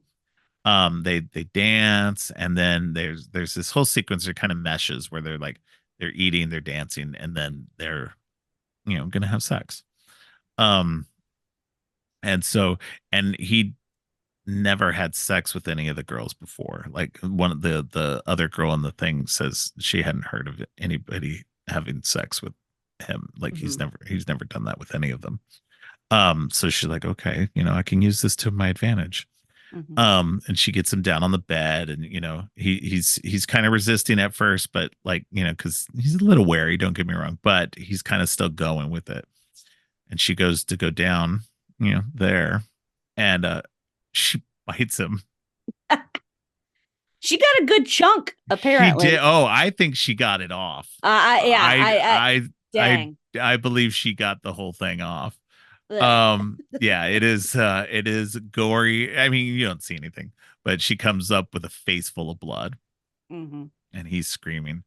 And Hmm. she managed to grab the keys and get out and lock him in Right. to the room. And so she's like, okay, I'm gonna this is the moment. So she goes, gets Molly out, and then go gets, I think it's Penny is her name. Yes, um Penny. so she goes and gets Penny out, and at this point Penny's already lost half of one of her legs. So they're like, trying to get Penny out. They're both, her and Molly are both you know providing a shoulder for Penny to get out. They're both running out, and that's when Steve finally breaks the door and um comes in and attacks him. It's great sequence. The women are all fighting. They all get their chops in on him. They all seem to, like, at various points get knocked away, and he's uh, uh, really attacking Noah because she's the one who started it all. Right. How he's And not like bleeding out at this point, I don't know. he Like, is though, but yeah, he's, I think it's all adrenaline. hmm.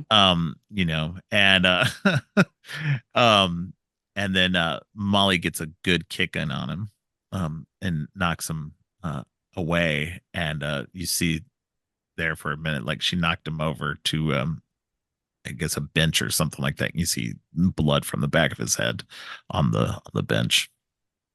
And Hmm. so seems like they've gotten him down. They get out, they're trying to get one of the cell phones to work to call somebody there. Meanwhile, Steve's wife has shown up with some other guy, and trying to figure out what the hell's going on. um He was one of the meat merchants, one of the guys running okay, the meat earlier in the film. okay, all right. Hmm. I recognize that. I couldn't think of where in the movie Yeah. he'd been before. But she gets there and she's just like, okay, some shit's gone down. She sees blood everywhere. Steve's gone out to, like, once the women have gotten out and they're kind of running in the woods around the house. Um, that they it just reminds me, backing up a little bit. Molly had given her location to the bartender guy. Right. And so he was she said she was going to go out and go figure this out. And he doesn't hear from her for a bit because obviously she's been knocked out by Steve and all them. But he takes like a screenshot of the picture. It was so like thinking forward, Right. which was amazing. Like I would have never thought to take a screenshot of where the person's supposed to be at. Right. Yeah. No, that was brilliant. Yeah, and so he takes a picture of where she's at the time because later on he tries to access the thing and says the phone's not on. Hmm. And so I'm like, okay, smart, very smart. So he goes out there and he gets there right when everything's the girls have gotten out and he hears somebody yelling and then hears gunshots and he's like, nope, nope, I'm out. And he gets back in his car and leaves. He's like, I've seen this movie before. I Right. don't Right. survive this movie. And it's like it's such a great sequence too, because it's just like, okay, it's like it's it's it's funny because like he doesn't it's in a typical movie, he'd come in and he'd be the hero or, Right. try to be the hero. And it was great too, because it's like it's realistic. Like the guy's just like, nope, I'm out and leaves. And like you don't see him again.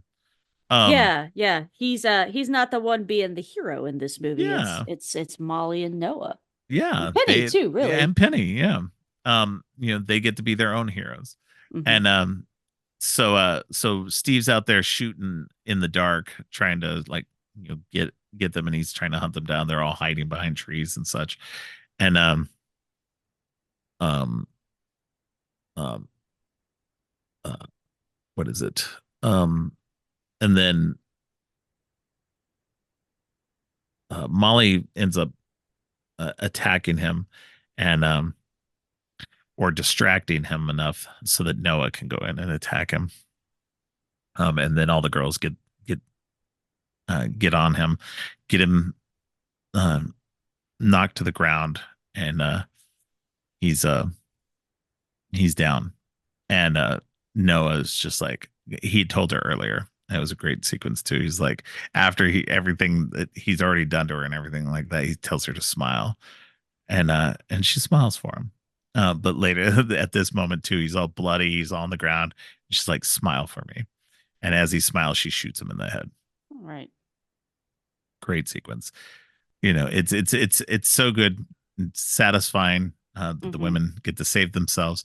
But then she like the Molly and Penny go off to find um to sit there and get a signal, and she gets attacked. Noah gets attacked by Steve's wife, Right. who's out there been trying to find him. Excuse me. And the oh, they find Steve first. The wife and the guy find Steve first, and she tells the guy go put his body on ice, with the implication being that why waste good meat. I say, yeah, let's not waste fresh meat. And so the wife is very much like you find like in that moment, like the wife is very much a part of this more so than I would think earlier when when we were talking about how she seems to be, Stockholm syndrome kind of in this Mhm. way. She feels like she's just as much a party to all of this than she seemed earlier, if not more so in a way. Right. It was um really disturbing. yeah, it like felt more like she was in charge of everything than had been led on before. um and so I liked that too. I thought that was an interesting wrinkle there. Again, Mhm. not fully explained, but just enough to make you kind of fill in the gaps yourself. Um, but yeah, she her and Noah get into a fight. She's um choking Noah, and Noah ends up stabbing her in the neck, um, managing to kill her with some more struggle and everything. But yeah, they met pretty much. That's about where the movie ends. Um, they finally get a signal. Um, but yeah, it's a interesting, fun movie. It definitely paired with the menu. I mean, I think that it's an interesting combo because they don't Mhm. really they're not really similar in a way, but because they're united by the food aspect of it all, that I think that it worked really well as a double feature.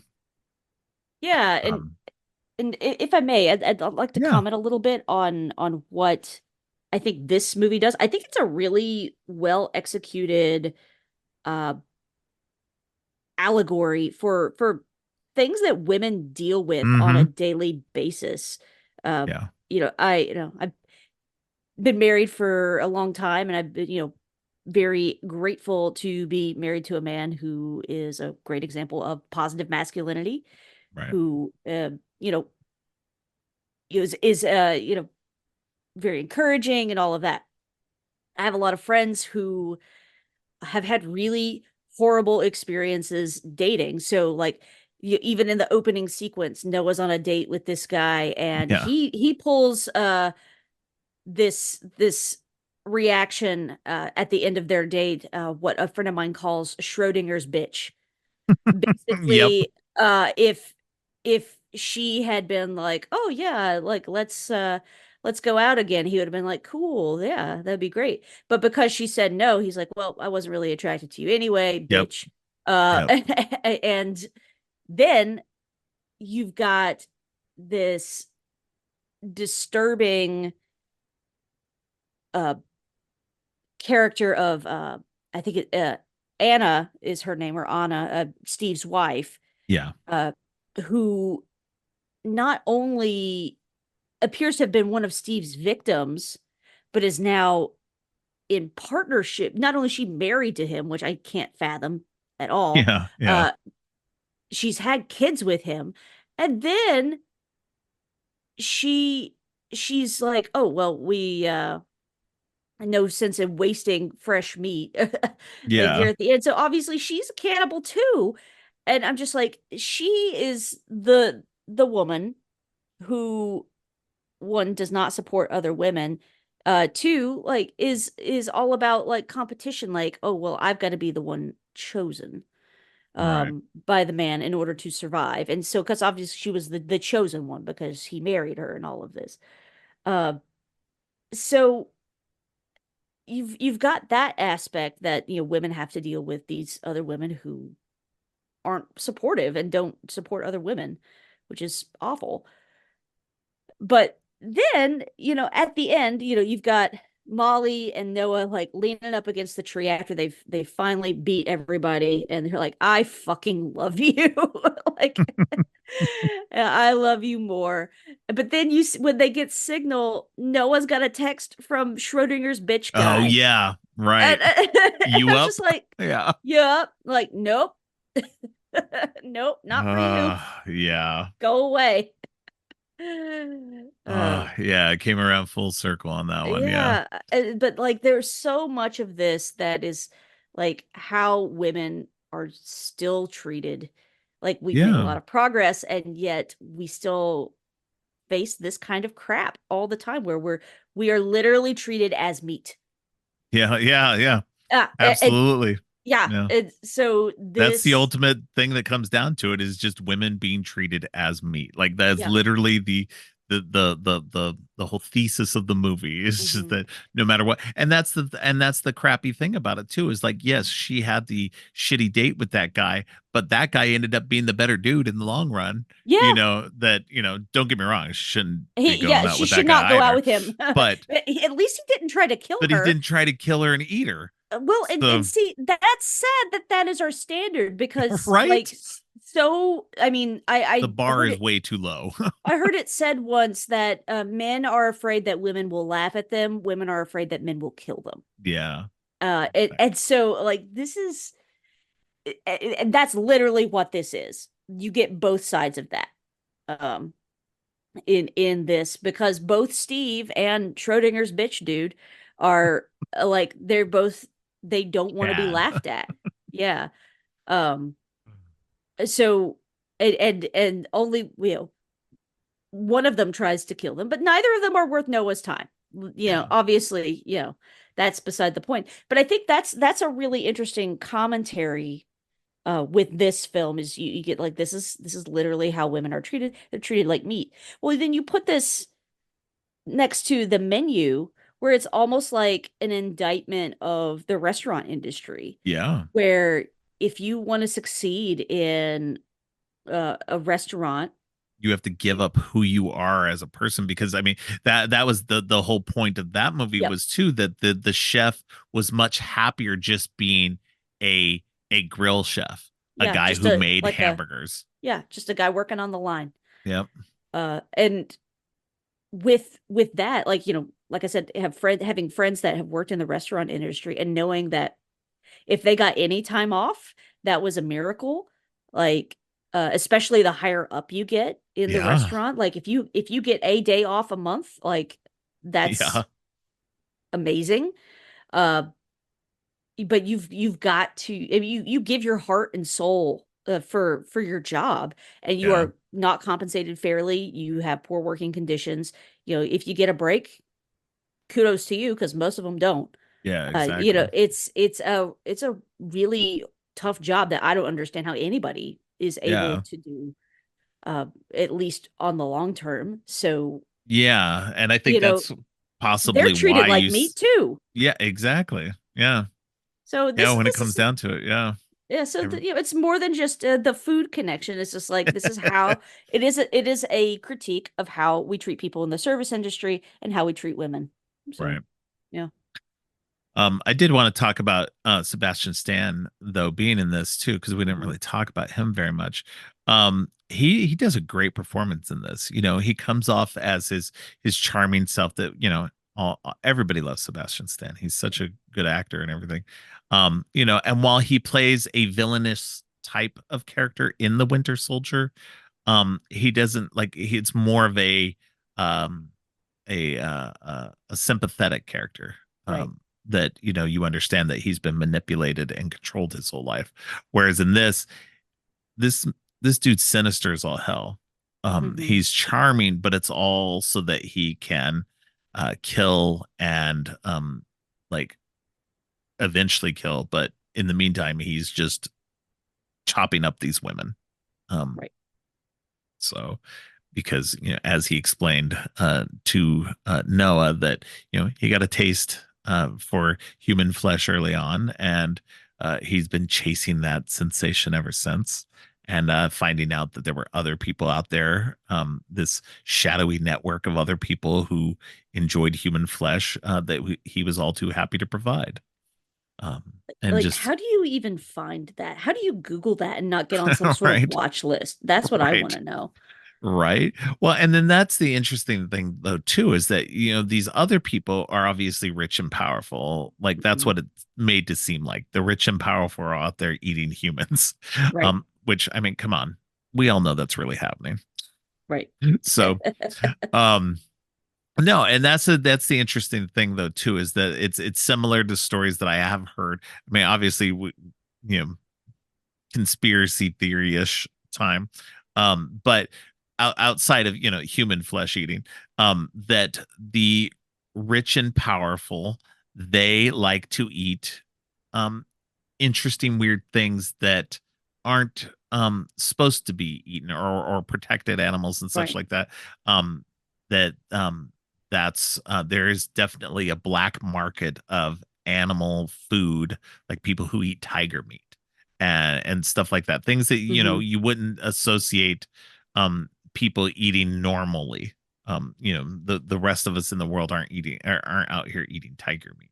Yeah. um Well, and so if you go ahead. want an interesting real life story of that, go listen to an episode of David Tennant does a podcast with.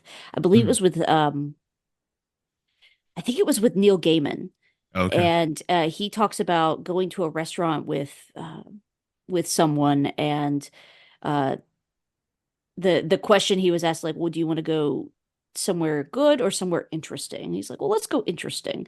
And while they were there, the restaurant ended up getting shut down because apparently they were trafficking uh meat that of like endangered species and Yeah.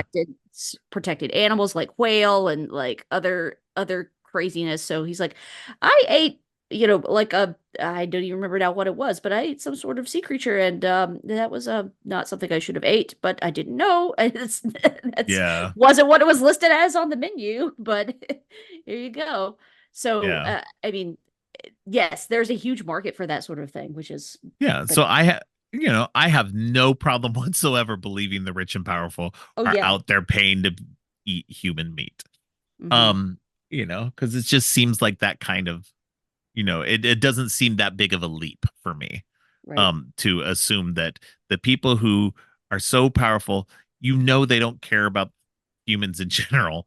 That they're out there paying somebody to provide them with this. And that, obviously in this movie, that is what Sebastian Stan's character does. He provides these people with these aspects. And it's not just the meat either, too, because these people like really want, like, he makes a whole package out of it. It's the meat, but also tokens and mementos from this person, clothing, and stuff that these people get, so they get to know who the person was that they're eating, because it makes the experience that much richer for them. Right.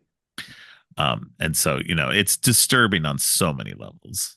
um so, and that's in addition to just that commentary on women are just meat to these men.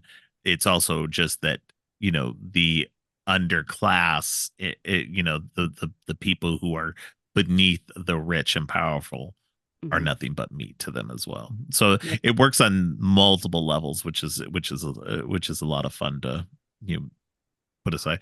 And while it seems, also the movie seems kind of dark and everything, there's a lot of humor and lightness to it as well. So I will say the musical choices in Fresh are fantastic. yeah. Yeah, I love 80s music, and anytime like he's dancing around the kitchen slicing up this leg and he's dancing to what I don't remember what 80s tune it was, but Yeah, I definitely don't I'm know. like, wow, I want to throw up and also laugh at the same time. I've never experienced both of those sensations simultaneously. That was bizarre. Um so that Yeah. was fun. Too funny. Uh-huh. Yeah, no, but yeah, they're both fun movies. It was great to combine them together. I hope that my suggestion to put these together was that you enjoyed the combination, Yeah, yeah, since it they wasn't definitely. the combination that you brought to me. No worries, dude. No, and I'm always happy to try something new. I mean, I'm like that with food. I draw the line at humans. Um, so, Yeah, but yeah, they definitely work better. And like the more we talk about it, it's like actually no, they thematically they have a lot more in common than just food. right. It's a treatise on how we treat people. Yes, yeah, Yep. absolutely. Yeah. Yeah. All right. If is there anything else that we haven't said that you do want to mention? No, I think that about covers it. So thanks for All having right. me on. Yeah, of course. Well, why don't you let people know where they can find you online? Sure. So you can hit me up on most of the social media platforms. I'm at the Nerdy Blogger. You can read my words on my blog, nerdyblogging.wordpress.com. You can also read my words on fangirlish.com, where I write about film and television, mostly Star Trek. Also do the occasional movie review, and I always try to write about horror come Halloween. So there's that. You can hear my words being read on the Sci-Fi 5 podcast, which is 5 minutes of science fiction history, 5 days a week. You can hear the full archive of that show at roddenberry.podcasts.com. You can also hear me on We Are Starfleet, which is my Star Trek Discovery and Star Trek Strange New Worlds podcast that I co-host along with my brothers in Trek, Mike Slamer, Ian Buckley, and Craig McKenzie. And you can hear me talking all things Marvel MCU on podcast 616. That's podcast dash 616 with Hugh McStay, where we talk all the Marvel stuff. And you've been on there a number of times, Rob. It's Mm-hmm. always good to have you Definitely.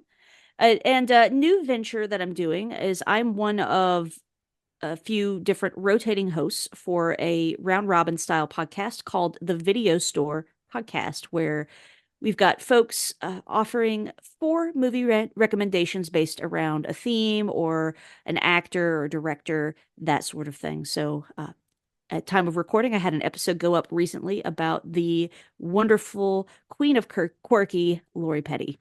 So, you'll want to check that out too. Yeah. I think that's all the things. I'm a busy lady. I do a lot of Definitely. stuff. Yeah. Got your hands in a lot of pies. Oh yeah. Oh yeah. To keep with the food references. Exactly. Uh, Exactly. yeah. But yeah, no, that's great. That's awesome. Thanks again for coming on. I very much appreciate it. Yeah. Thanks for having me. All right. Well, we'll talk to you again soon. All right. Thanks, Rob. Thanks again to Ashley for joining me. Next week, new guest Gabriella Four joins me to talk about the MCU Disney Plus show Moon Knight. Thanks for listening. Creepy and Geeky is a part of the Morbidly Beautiful podcast network. Please check out morbidlybeautiful.com/podcasts for more great shows. If you like what you've heard, please consider giving the show 5 stars and a review on Apple Podcasts and Spotify. Also, please share the podcast on social media to help spread the word. Make sure to subscribe on your favorite podcast app or at creepyandgeeky.com. Music for the podcast is Gratitude, composed by Harper Smith. You can follow the podcast on social media at Creepy and Geeky on both Twitter and Instagram. If you'd like to follow me, I'm Geek Thulu on Twitter and geek.thulu on Instagram. You can support the podcast by ordering teas and more on TeePublic or by donating to the coffee page. All of the links are in the show notes. Finally, don't forget, stay creepy.